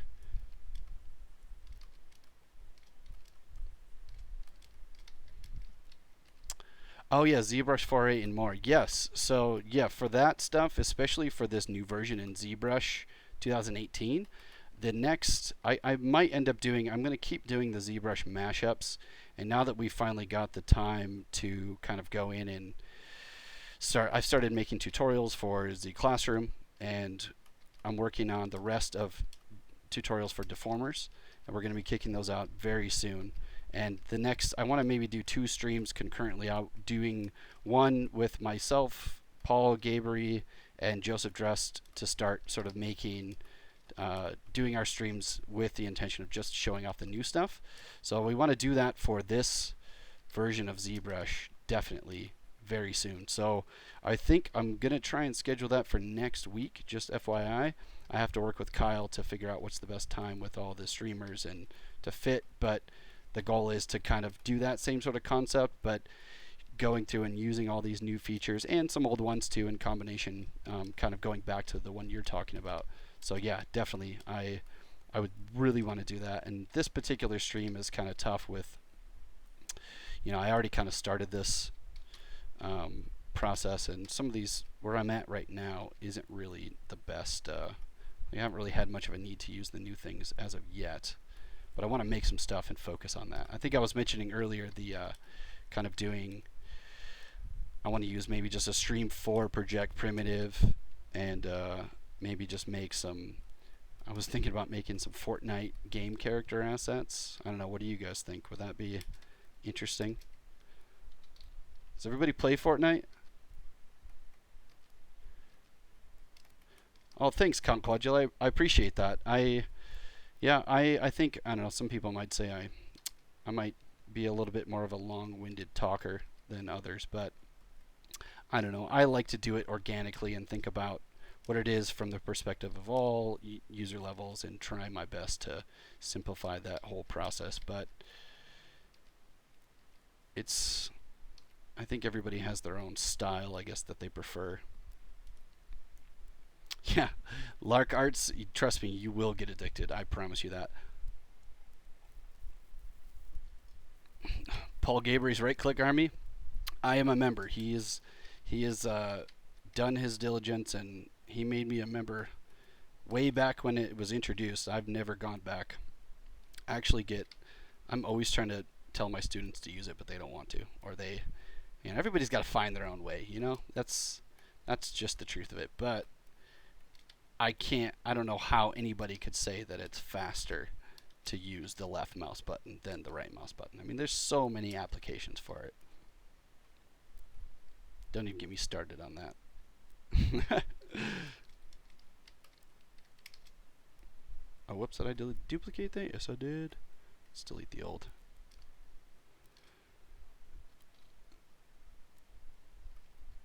Alright, I am spending so much time on this. So I got the base shape working with using Sculptris Pro to grow this thing out.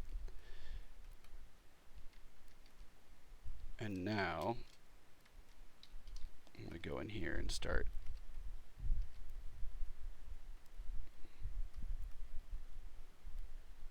trying to make sure I define this a little bit better. Maybe add some subdivisions. And then the old standard brush. Make it easy for the masking selection. I'm going to grab it at the lowest level, see if we got an edge loop in there. Boom. And then that auto group. So this is another little trick if I just want to quickly isolate out polygroups to make masks from. With ZRemesher, you get these clean edge loops almost always, especially if you go low enough. And I can just do an auto group as long as I'm connected or disconnected. Yep, Control-Shift-P. There we go. And then just to mirror those, I'll delete the higher, mirror and weld. Now, the extra little edge, I'll just grab this Control-Shift-X to grow out, which is just the visibility grow options. And then I'll group that together. Well, let's see if we can keep going. Yeah, I always try and keep it clean. The mask will be perfectly clean when you're sitting around an edge ring, but this is splitting, so that mask is going to be a little skewed. So I'll just group that, and it's going to smooth a little bit better if I just grab this. I can inverse and blend that, and then sharpen. So it's nice and evenly distributed.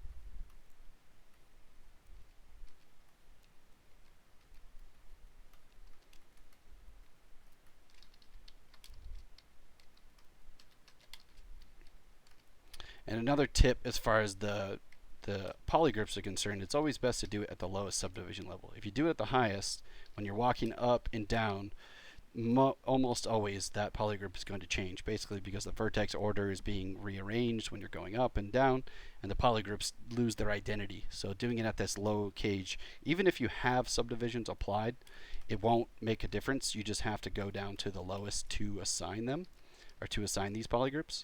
So that's always a good way to just quickly make sure that it stays there.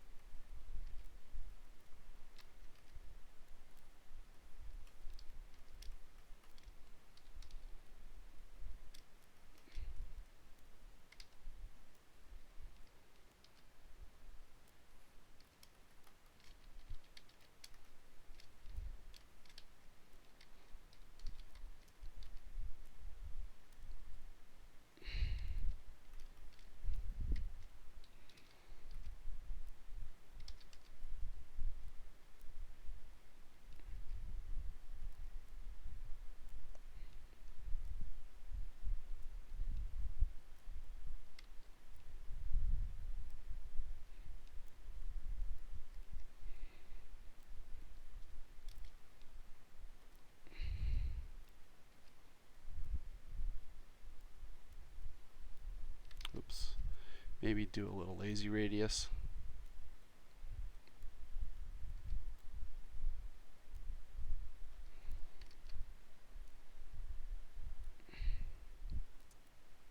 The new lazy snap has been so nice since 4R8.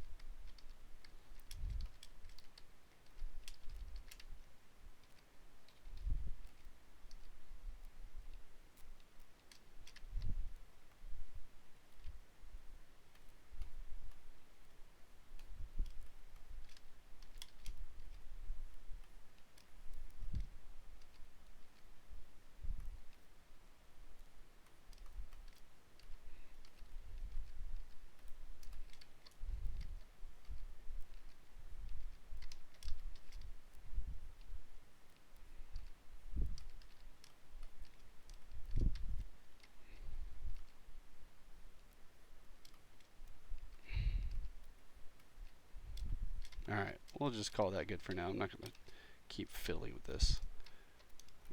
I'm not even really liking what's going on there. I have to be in the right frame of mind to get a good clothing sculpting session. I really gotta zone in. But I think what I am noticing though, as I look at this thing in the whole, I do want to accentuate, especially for this stylized kind of stuff, really pushing the scale and the scale in relationship to everything else will help.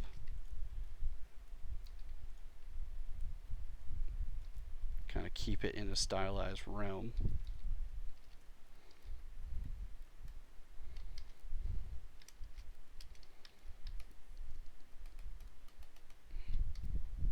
So for this kind of stuff, if I'm just kind of moving things around and posing, you know, the gizmo's great, but, you know, kind of orienting, and sometimes you might get stuck with like hitting on the gizmo itself. I always find I want to revert back to the old school, especially for organic stuff, going back to turning off gizmo and using the transpose. So then this makes it, I can draw this thing out and I can sort of use this as a handle, and it basically just sort of mimics a sort of skeleton system. So I can maybe, the pivot where I click and drag and draw from, it's locking the pivot here, so I'm rotating along that axis on the rotate option. But then what's really cool is as I draw this thing from start to finish on the mask, the move option, we can hold the Alt key in the middle one and click and drag this, and this bends and flexes this sort of across that shape. And then depending on where you set this, wherever the middle one is, this will move between. It sort of rigs this, all these verts into this space. So I can even go all the way out here and, oops, and hold Alt and move it along this edge. So it's kind of nice to kind of switch back and forth between those.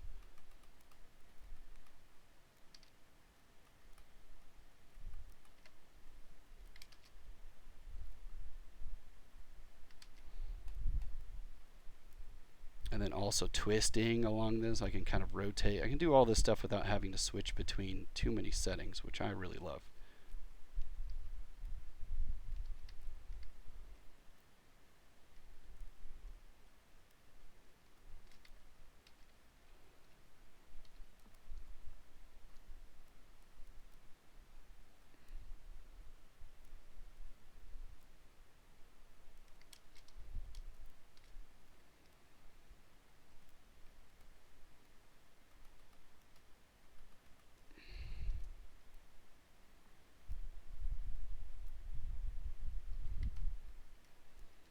Alright, looking good, looking good. Okay, what do we got left? How many other assets do I want to get into doing the vest? I think I want to start doing some more fun stuff with this jacket. Let's go back and take a look at this. What are we at for time? It's almost 4 o'clock. Oh my gosh.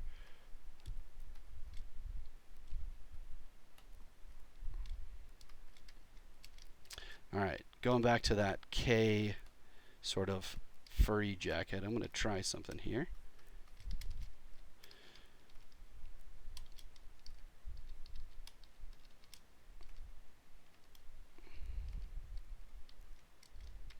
I'm going to subdivide this guy just a little bit to get a cleaner mask selection. And going with mask pen, I'm going to turn on, make sure back face masking is on. Let's start filling this in with some more details. I got almost all the low cage shells are done for the most part. Maybe that vest that he's got up there in the top corner, the yellow one, I might add that one too.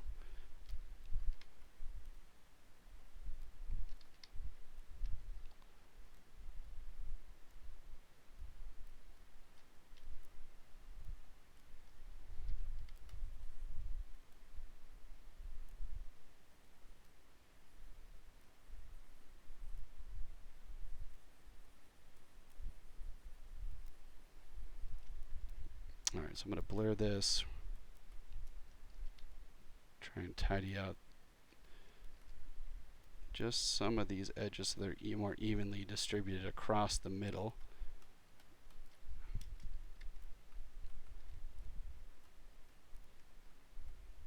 So I'm just holding Control and Alt. So Control click blurs, Control Alt will sharpen. But as you blur it, it kind of shrinks it away.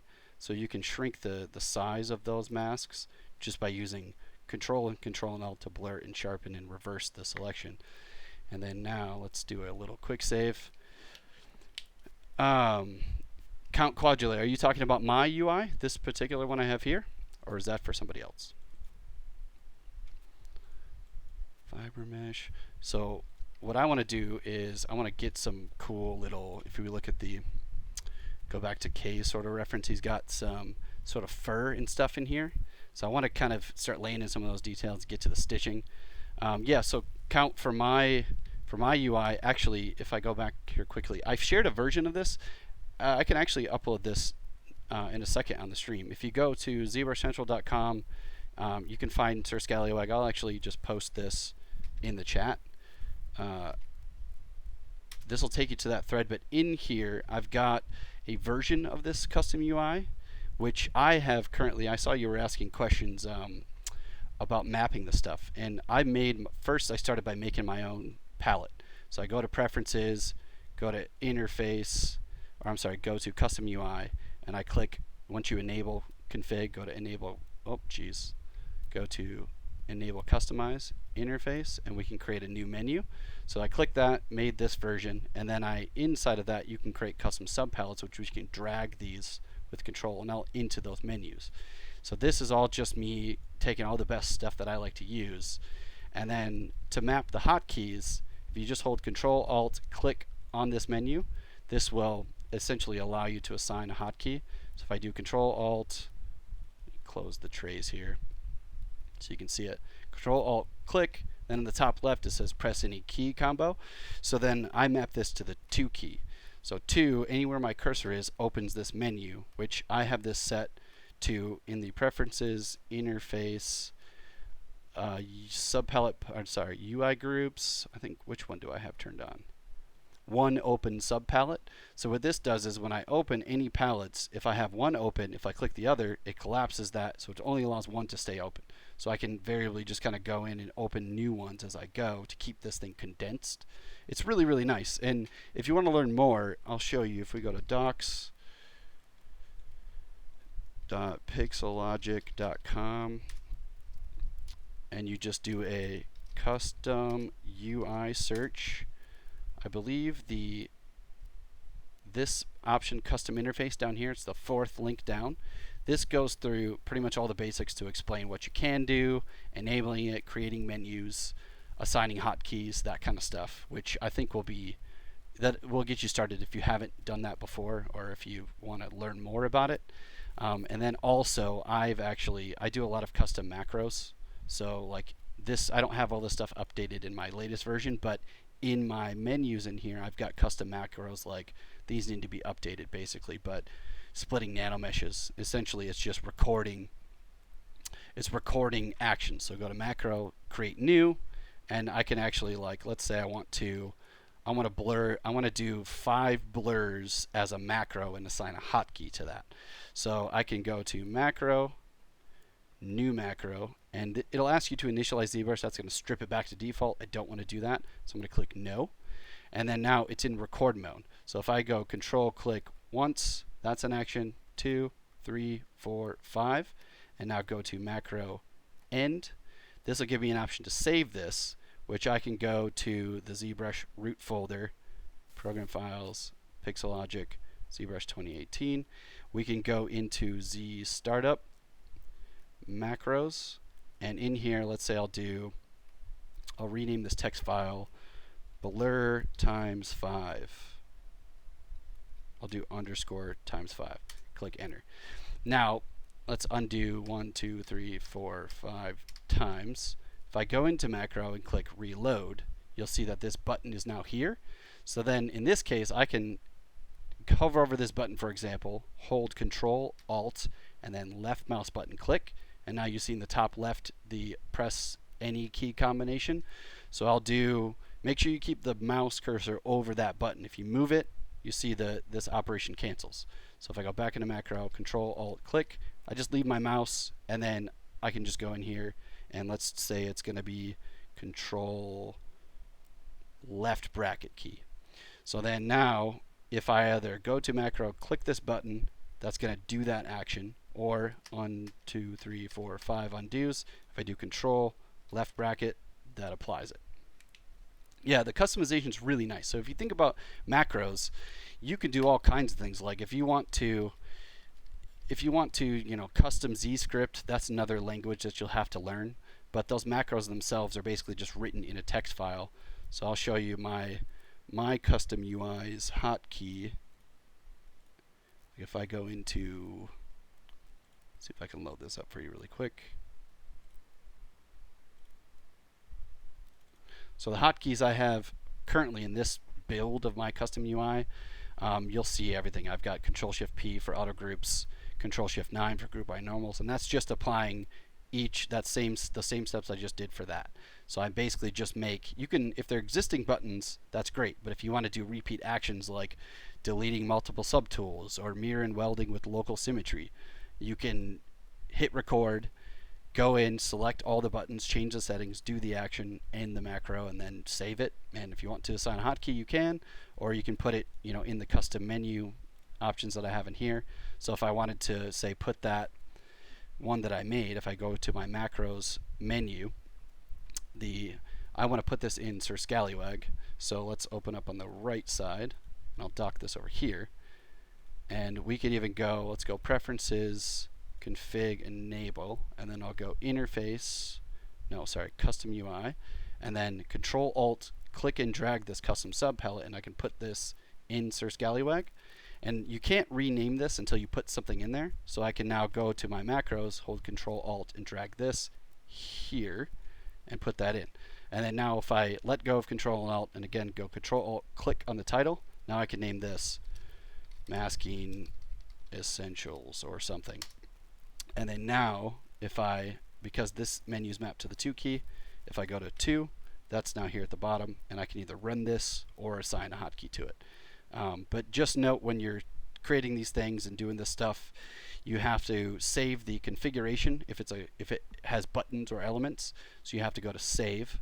So I would override this. I kind of do multiple versions. I think I'm on 3.4 now. So I'll name this, or I'll override this. And then those hotkeys, once it's saved, that's always a backup. But if you want it to be your default, once that's done, you have to go to store config. And then for the hotkeys, you have to do the same. So I always save them first, but then storing will set it as the default configuration. So when I relaunch, that stuff will be in there, which is really, really handy.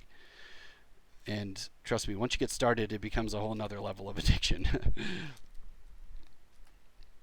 Dougie, is there a way to set subtools as pop-up on a hotkey?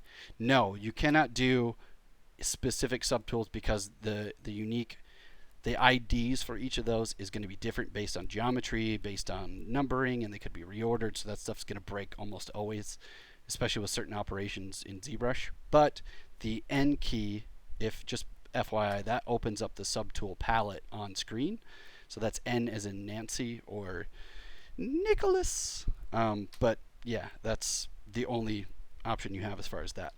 Um, but there's getting into Z scripting will give you a lot more power than doing what we're talking about here. So there's, if you just look up on YouTube, there is a, I believe, I want to say it was Eat 3D. Way back in the day, there was an artist, I can't remember his name, who did a full DVD tutorial on writing on Z scripting language.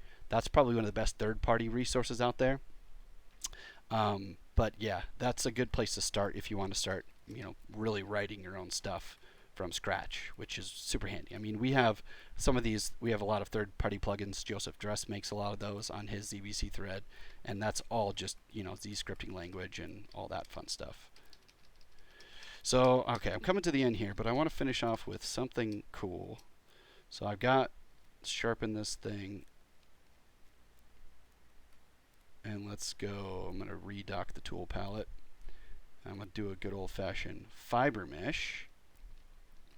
But first, for fiber mesh, we got to make sure we turn off double side so it doesn't grow from both sides. Then I'm going to start maybe tweaking this. Let's do no gravity. Reduce the length quite a bit. Now, if you want to get that really thick sort of, this is kind of, I don't know, like really thin bear kind of fur or something that doesn't have a lot of thin strands, it's more clumpy. We can go in and we can change the coverage and the thickness. So I'd first maybe get the length going. So make sure it's the right height. Now, the profile and segments down here, if you hold control over these, segments is just how many times it's extruding. So more segments is going to give you a smoother plane. But in this case, I want the profile, which is in the round. So if I crank this thing up to, say, 5, it's going to ask you if you want to render it in fast preview mode. In this case, I'll just click OK. I'll leave this as is so I can kind of see it. So now if you really zoom in, it's doing little cylindrical tubes. So then next thing we do, if we want to get the thickness of these things, the coverage is going to help us increase that. So we'll skip this note. So we'll keep going up with coverage.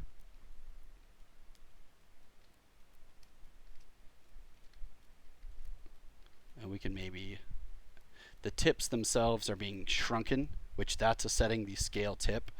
So we can take this or reduce that down to 0 and then maybe go through and play around with, maybe some of these profiles have width profile. Maybe set that to, nope.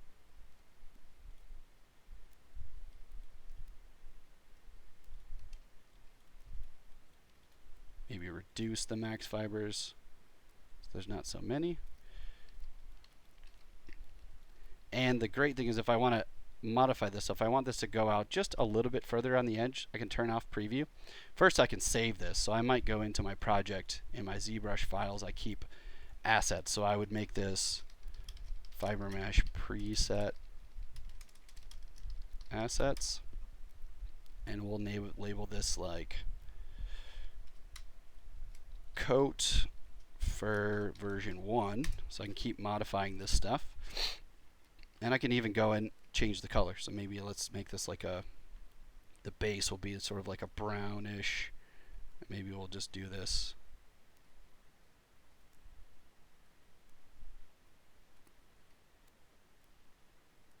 I want the tip to be that color. I want the base to be a little bit darker. And we'll maybe go in and change the tip. The base colorize is going to have more, and the tip will have less.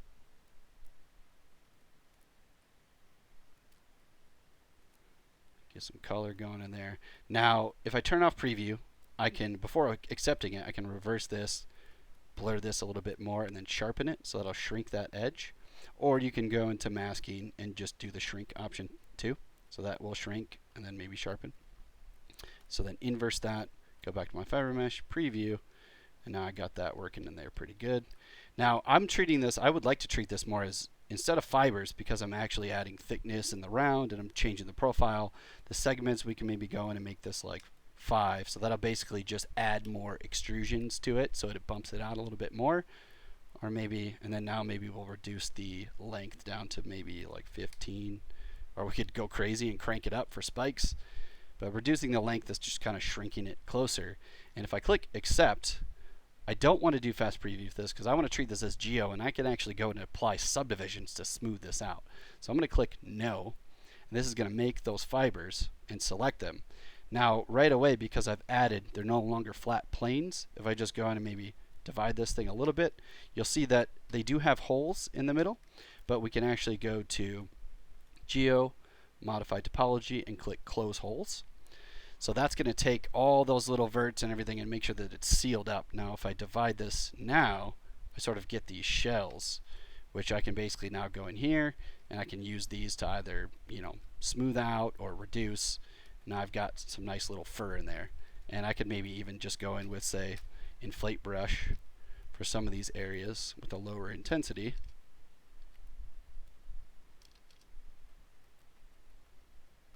Kind of just balloon those out.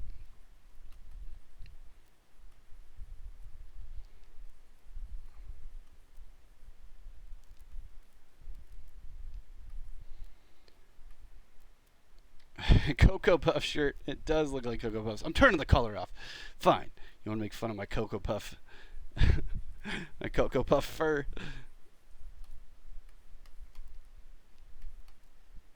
I think what I'll do is just kind of balloon all this stuff out.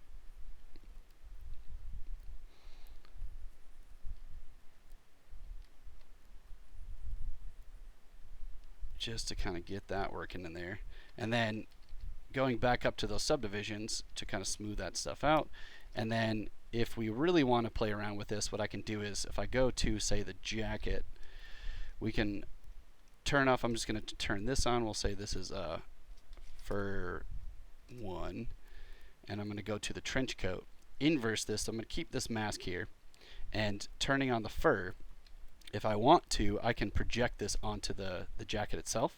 So if I go to project, project all, this is just going to maybe reduce, if I solo this out, it's going to basically just push out all those verts. And let's say I want to, I'm going to do a inverse polygroup that so I can save that, but then I want to divide this up. So this is kind of just going to project this. I'll go up one more subdivision, only with the fur on. I can do project all.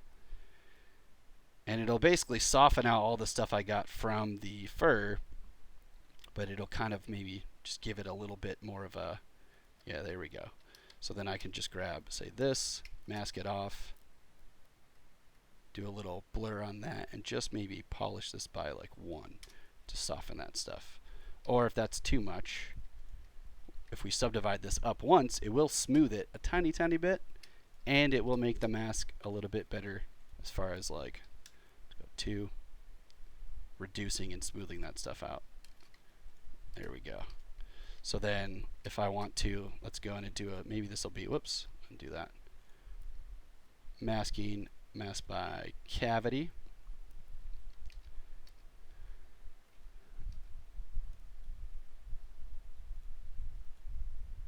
I'm just gonna, a cool little tip, if you got Spotlight up as your reference, with the wheel on, we can actually press the C key wherever our cursor is to color pick.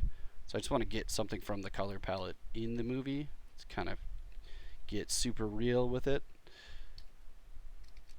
So maybe I'll do a little masking by cavity. So I'll fill the cavities with, say, this dark color. So I've got a color, fill object, and then inverse that.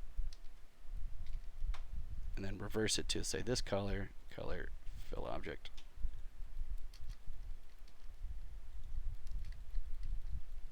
And then we can kind of start giving this guy some more color and patterns and all that good stuff. And then maybe just turn off the Cocoa Puffs for now. Yeah, I'm glad the fiber mesh tip worked. You know, it's actually, I just kind of just was thinking about that now, since it was looking not quite right with these. I probably should have done these maybe a little bit different, but thinking about these as geo, you know, we can do all kinds of crazy stuff. Like if I'm doing a character, if you want to get really crazy with it, we can maybe go in and just say grab the mask lasso. You want to give him some really unique crazy alien hair, go into fiber mesh. We could preview, whoops, inverse that. turn double off and preview. And going into the presets, there's some really crazy stuff in here, like, I don't know, say this one. Now this is just, again, flat planes, but thinking about it as geometry or turning it into geometry, say we go in here, increase the segments, and then change the profile up to something that's 4 or higher, so it's got a good, I'd say 5. 5 is giving you sort of pentagon shape, or maybe 6 to get a nice complete cylinder.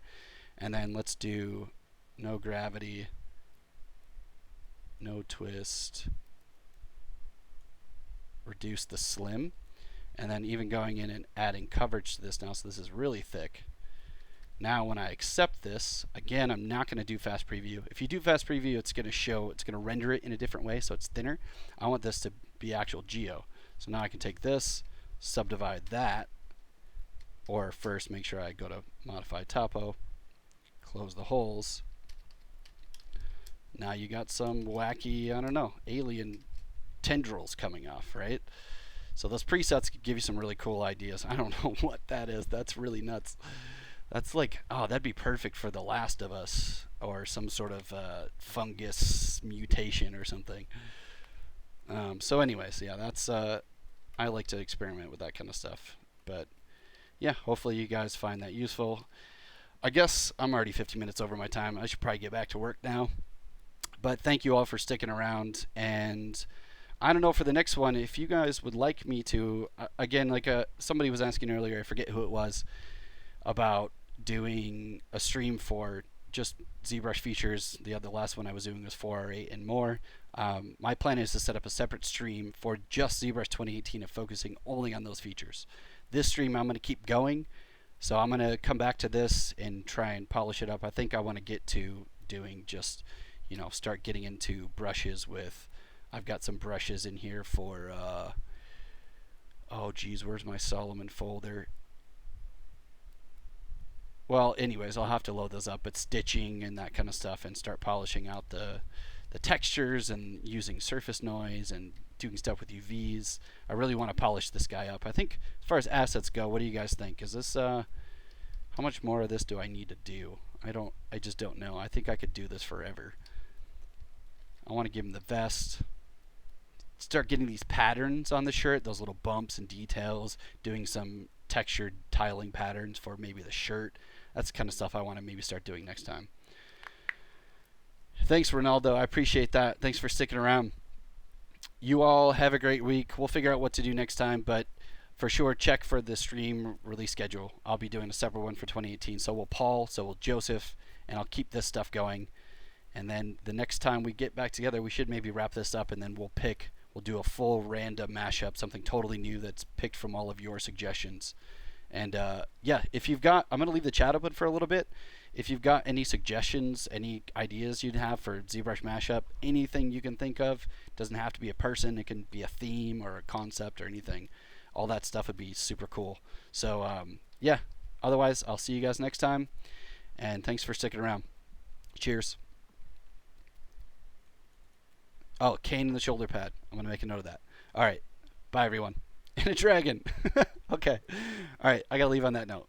And a dragon. Bye. Dream of dragons.